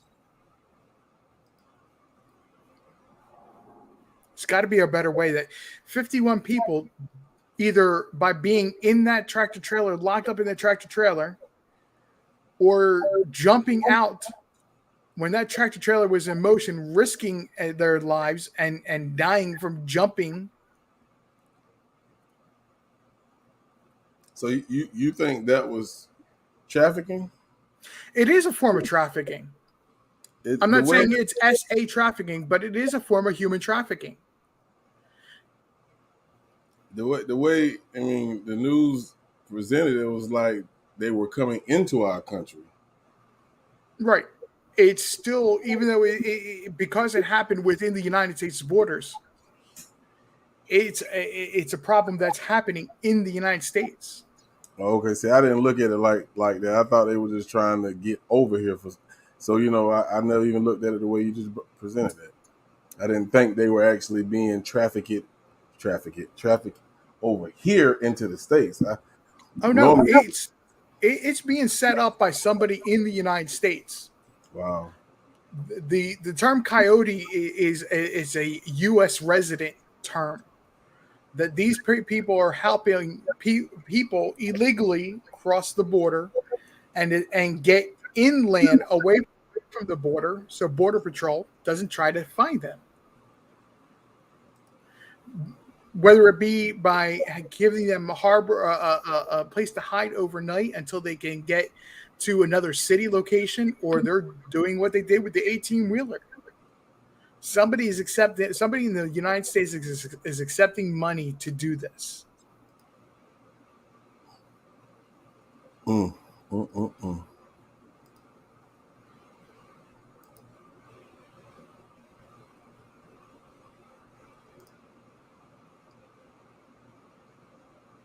It's not just people being shipped out of our country; it's people being shipped into our country as well. When you're saying trafficking, you don't mean just SA. You know, there's other forms of it, whether it be, somebody being arrested, either a John or a woman of the night being arrested for what they're doing. That's human trafficking. You know, that is of the SA variety. And yes, I do believe that is a SA because somebody is forcing them into the position that they have to do that. A woman specifically has to do that.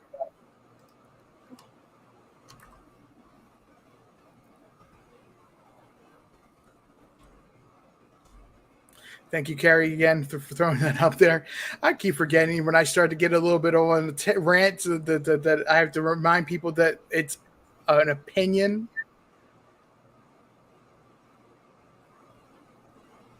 And Carrie, thank you for always having my back with that.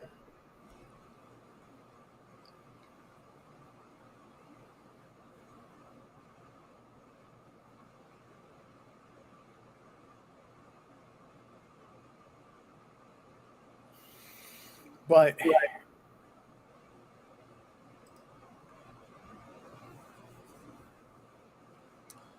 don't know, man.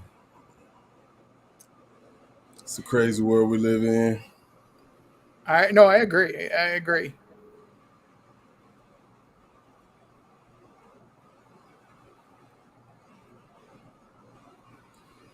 But yeah, I was taking a look at the this interview with Dylan's parents and trying to catch up on that because this is the first time I heard about it. And I see this actually happened back in May, correct? Yes, Memorial Day weekend, the 28th. That's a strange one. To me, it gets strange when it happens to a boy. You know what I'm saying? Yeah, it does. It And not does. not saying it doesn't happen because it do, but it's just like he's a teenager, and it's like he's somebody. It had to be somebody stronger than him for one, just to take him, or they held him at gunpoint, one or the other. Well, in this case, I think we can go the step further of going beyond. He's a teenager, and if you look at what he's been doing and what he's done, he's a man. He's a young man. You know, he went and took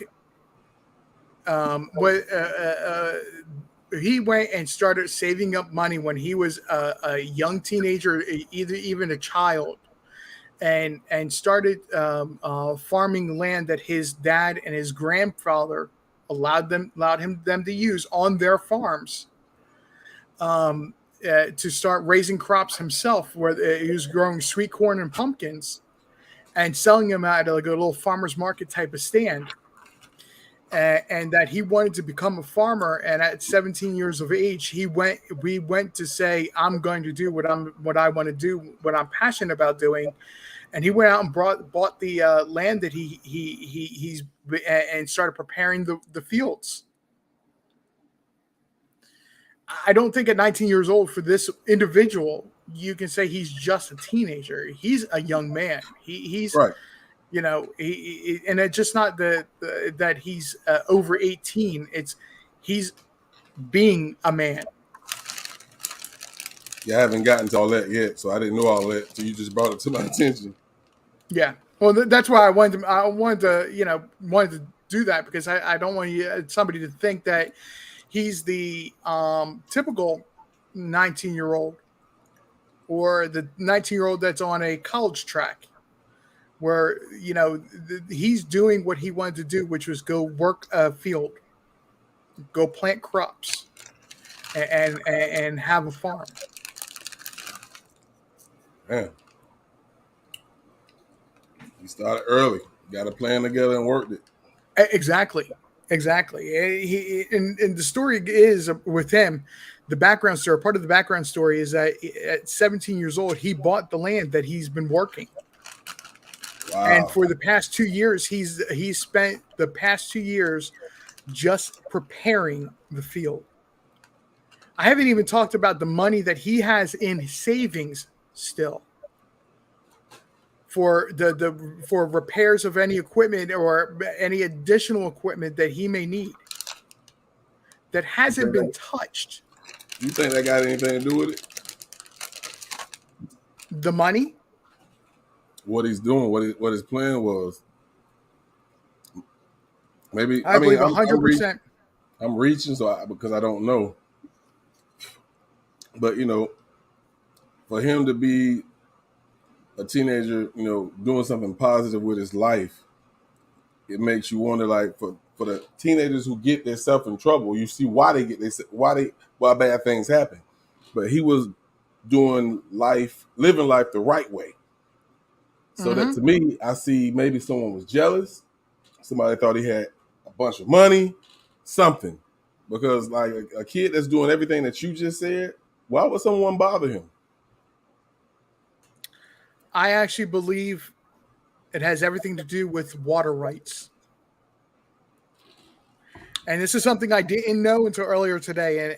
And I did talk about this at the beginning.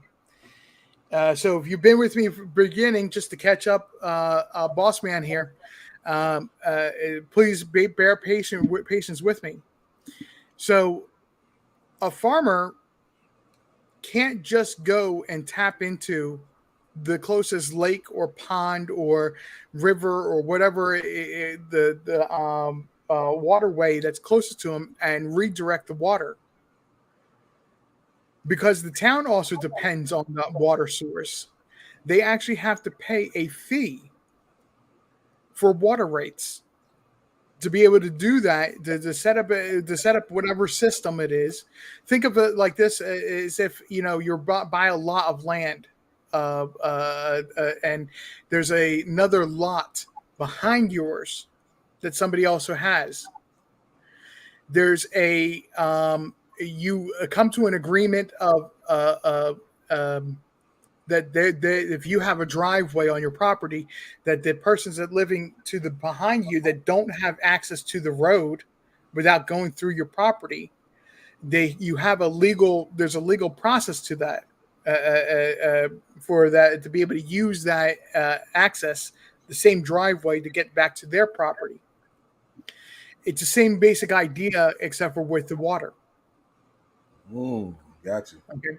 Yes. And I'm not coming up with the legal terms are, but that's the basic of understanding of what it is. So he had gone and last year secured his water rights for this season. He was doing every single thing right to be able to plant crops this year. 2 years of getting rid of trash that had been discarded on the property, working the ground to get it ready for seed. He did it all. Okay. And then when he was about to go plant seed, he disappears. I believe it has everything to do with his water rights that somebody is ticked off, and I believe it's a they, not an individual. It's a they that have made him disappear.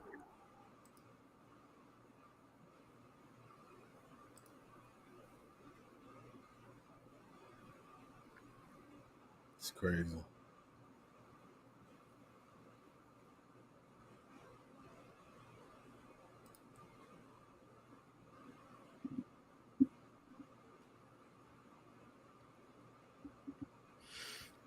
Yeah, absolutely, it's crazy, and I believe it has everything to do with the water rights. And it's a shame that that somebody has had to go through that. Yeah. And do you know where all they searched at? I know there's 3,000 miles that they are saying that they have searched in the past month surrounding his property. His property, where it is very close. Okay, so he is originally from Idaho. His family's from Idaho. Where he went and moved to was Utah, and it's very close to the Nevada and California borders, or it's that far down.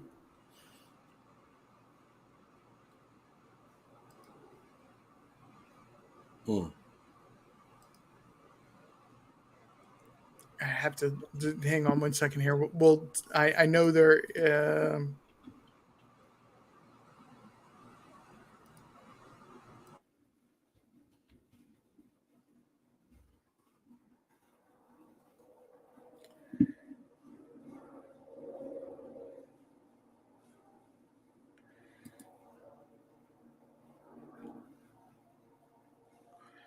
Um,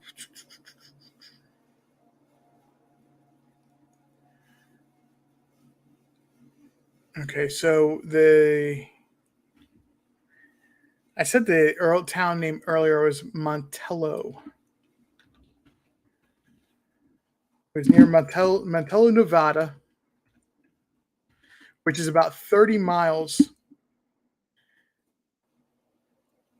or 30 minutes rather.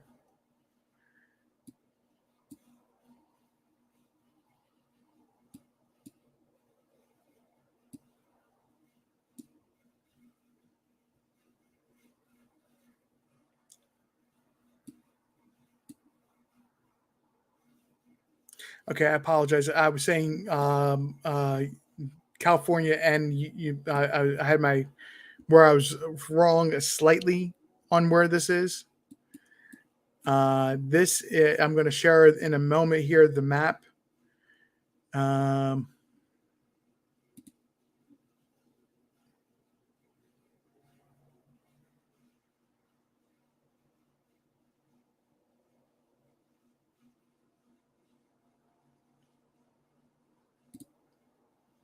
um, Montello. It's a small town that doesn't even really like appear on the. Wow, it is so small that it is hard to. You have to zoom like way far in to find it. Um, um, it looks like, to be honest, and I'm going by just what the map is showing me as far as like an image of one business. This is like an old, like a gold rush type town. It's really that small. Um,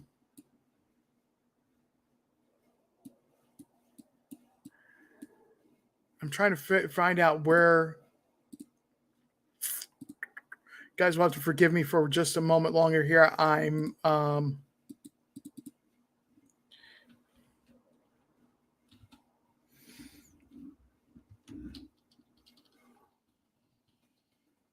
trying to pinpoint where this farm location was.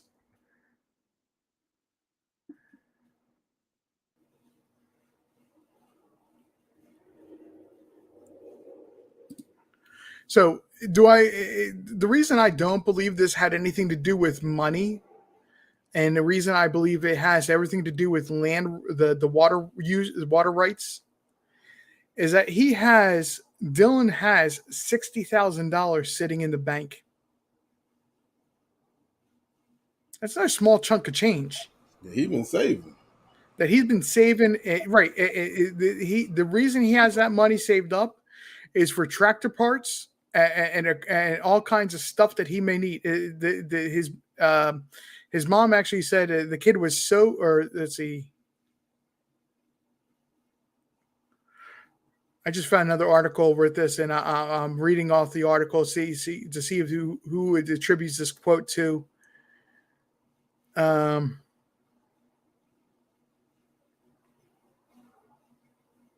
It's his mom.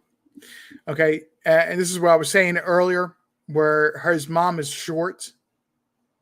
She's only 4'11" tall, and the quote is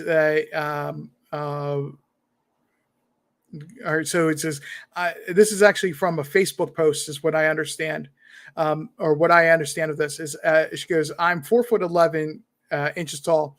Dylan is between 5'10" and 5'10" and 11 inches tall. She's talking about the condition of the way they found the pickup truck. The pickup seat was all the way forward to the point I didn't have to move it to drive it, and he was in 4-wheel drive. And Dylan's 4-wheel drive has been busted since this winter. He would never put it in 4-wheel. Somebody else drove his pickup. The kid was so dedicated, she says, that farm was his life. You're talking about a kid who's got access to $60,000 for tractor parts and all kinds of stuff, and nothing. No money has been spent. Nothing's been touched. Nothing like that. So this is clearly not about money. You know, $60,000 in all reality is not a lot of money, but that's not chump change either.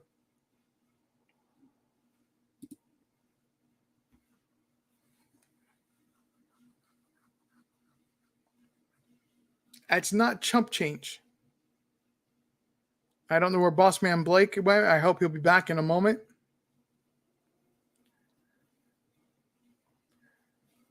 Exactly where the rainbows. I'm sorry, where the wind blows. He's making his own way.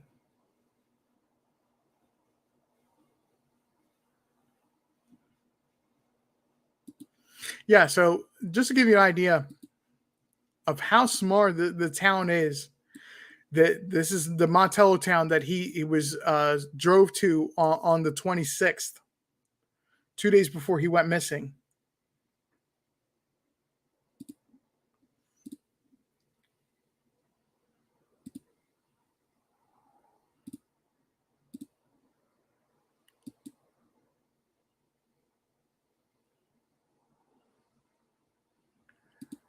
This is the map of the town where he drove to. That's it, folks. That's the whole entire town. Nobody lives outside this little area.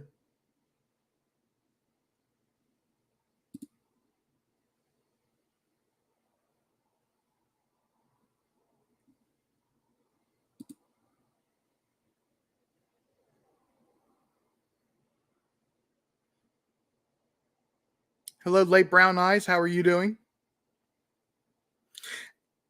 I would say 7. Let's see. Well, one of the streets, the far east streets, or the far northern streets, eastern street. I'm not going to try to guess what that is. Is a major road, 765, but right here is 6th Street.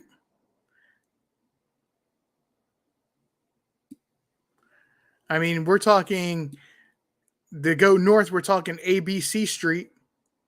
This is C Street right here.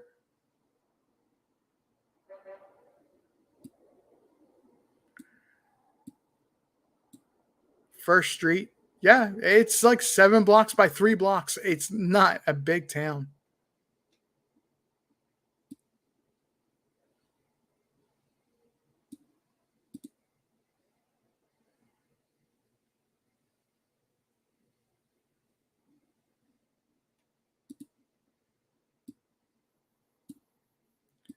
That's the town he went to on the 26th. And this is where it took him. It was 30 minutes to get there.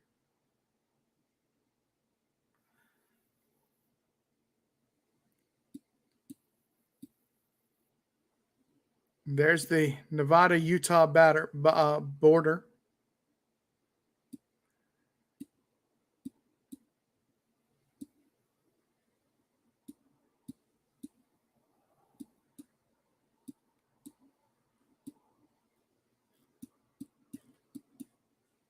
The only road I'm seeing that goes there is this.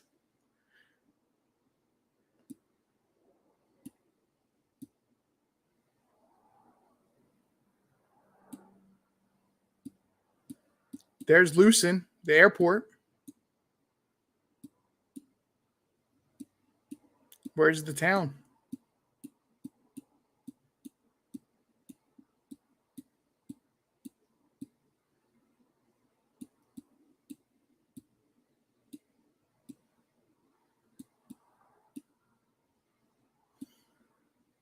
So this is the general area where the farm was.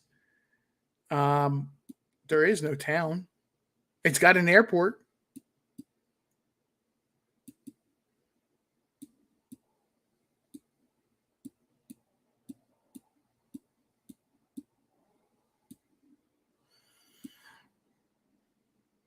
Anybody see any evidence of a town anywhere?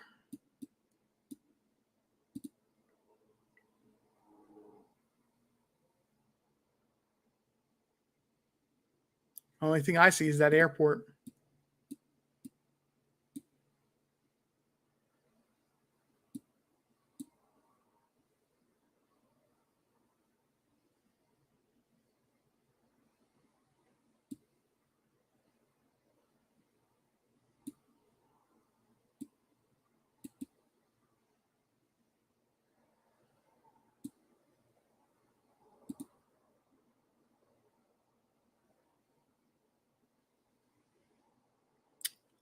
You see how this is? Remember earlier I was mentioning these cement tubes?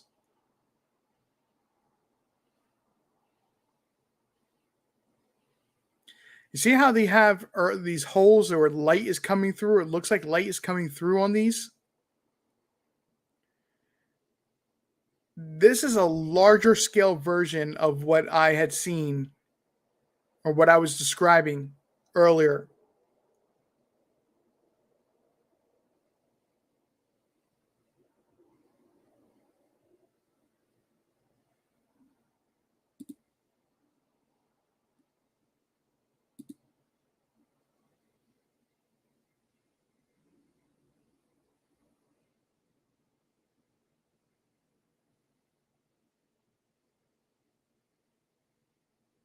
That's exactly what I was describing, what I was talking about earlier.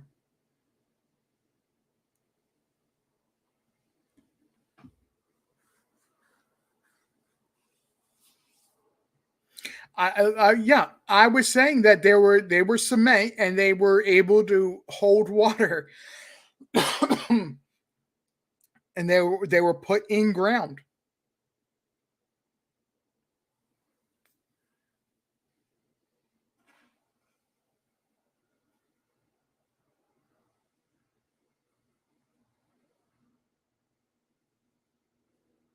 Yeah.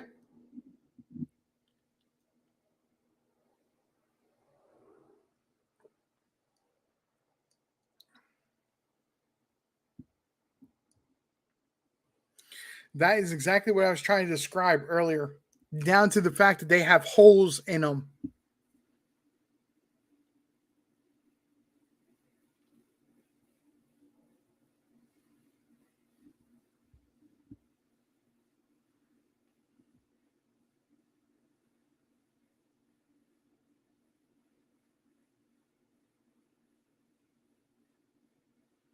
Not just not that they're just a cylinder you can walk through or crawl through or whatever.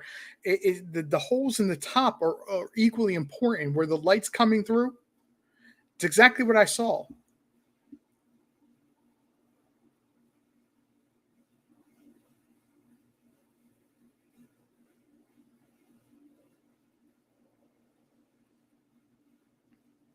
Oh, he was extremely courageous. 17 years old, and to go out and buy property and say, I'm going to go after my dream of being a farmer, and I'm not going to let anybody stop me from achieving it.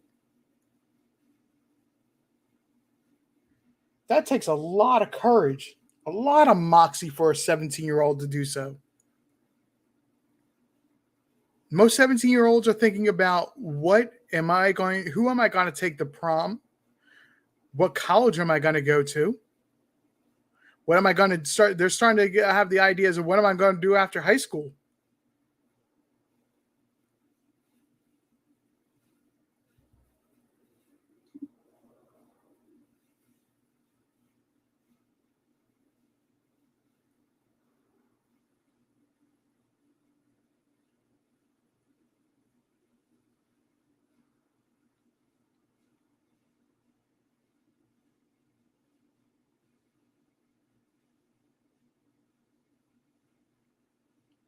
You're welcome, Double Rainbows. Not sure what for, but you're welcome.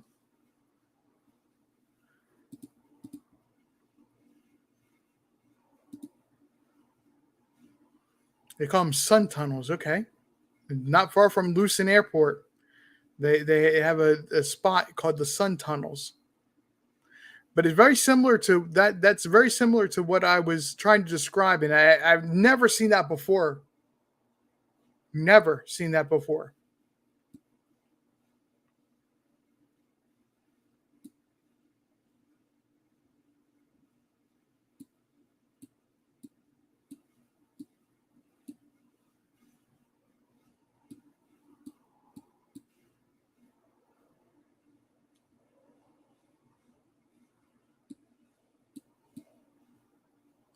Looks like this might be some people's farming area up here. Ironic that they're just little plots of land of grass and green that are in the middle of nowhere.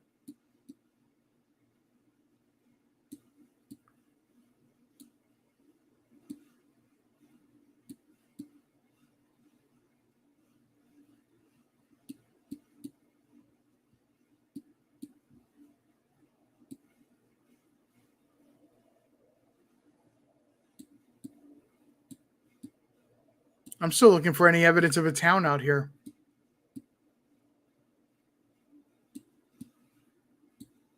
Or anything other than desert and dirt.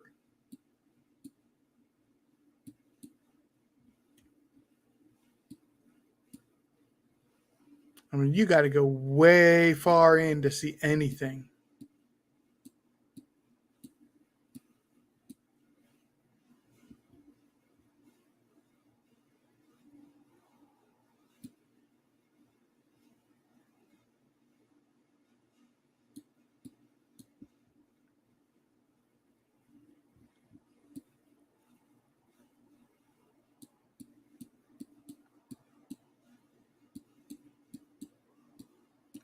By the way, guys, this that I zoomed in on here, right here, and this right here,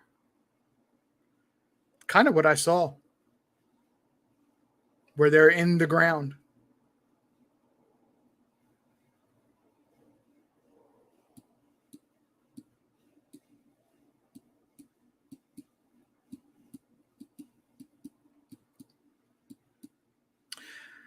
But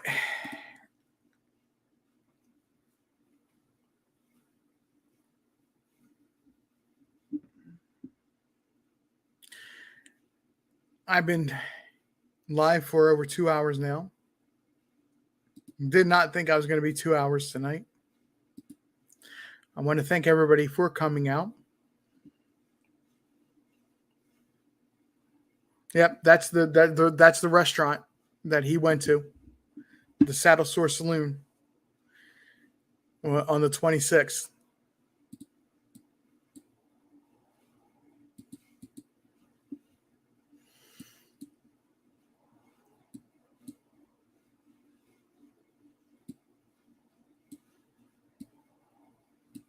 Out here in Montello.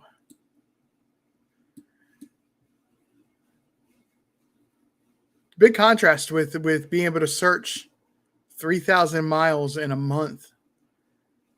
compared to being able to search a few thousand acres with summer wells.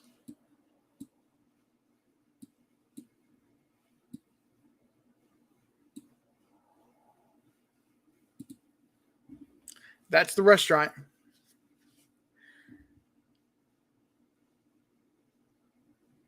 That Dylan went to on the 26th.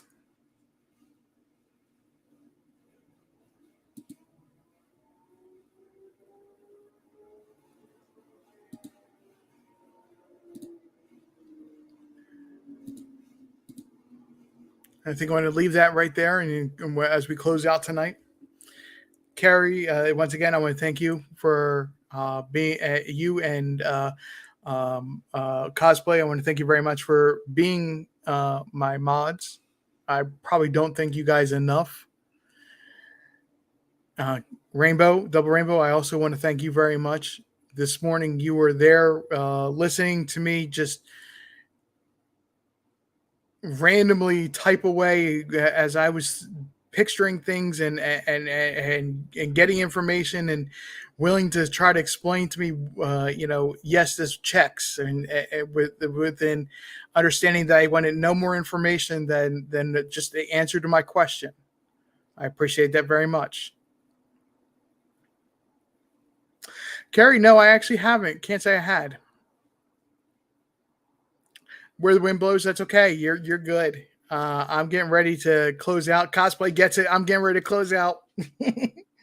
I'm getting ready to say goodnight. Trust me, where the wind blows, I always do. Even though I may sit there and I may just sit there and have to go, wow, I can't believe this. Wow, I can't believe that. It's just when my gut instincts are right about something, I always try to let it humble me. Just because I don't try to get an ego or try to get a swollen head, so to speak, an overestimated self-importance. That's the word phrasing I was looking for. Of the way information comes to me sometimes. Double Rainbow, sometimes it does. But anyway, I realize it is 11 o'clock at night now, where I live. And I want to say thank you, everybody, for being here tonight. I will be following up and talking more about Dylan as more information does come out. But tonight, I just wanted to get my initial thoughts out there. If you ever read the description of my channel, it says I'm mad as hell. And I'm not going to stay silent anymore. Never explained this to anybody, but the reason I'm mad as hell is because my whole entire life I've always had an intuition, gut instinct about things. And quite often when I say something's going to happen, it usually happens. And I've never documented it my whole entire life. That's what I'm mad as hell about, is I never documented it.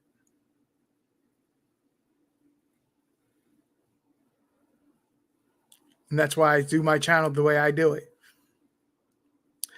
But anyway, guys, I want to thank you all for listening to me ramble, listening to me talk. I hope we all learned some interesting information. My name is RJ. I hope everybody has a good night. I'm out.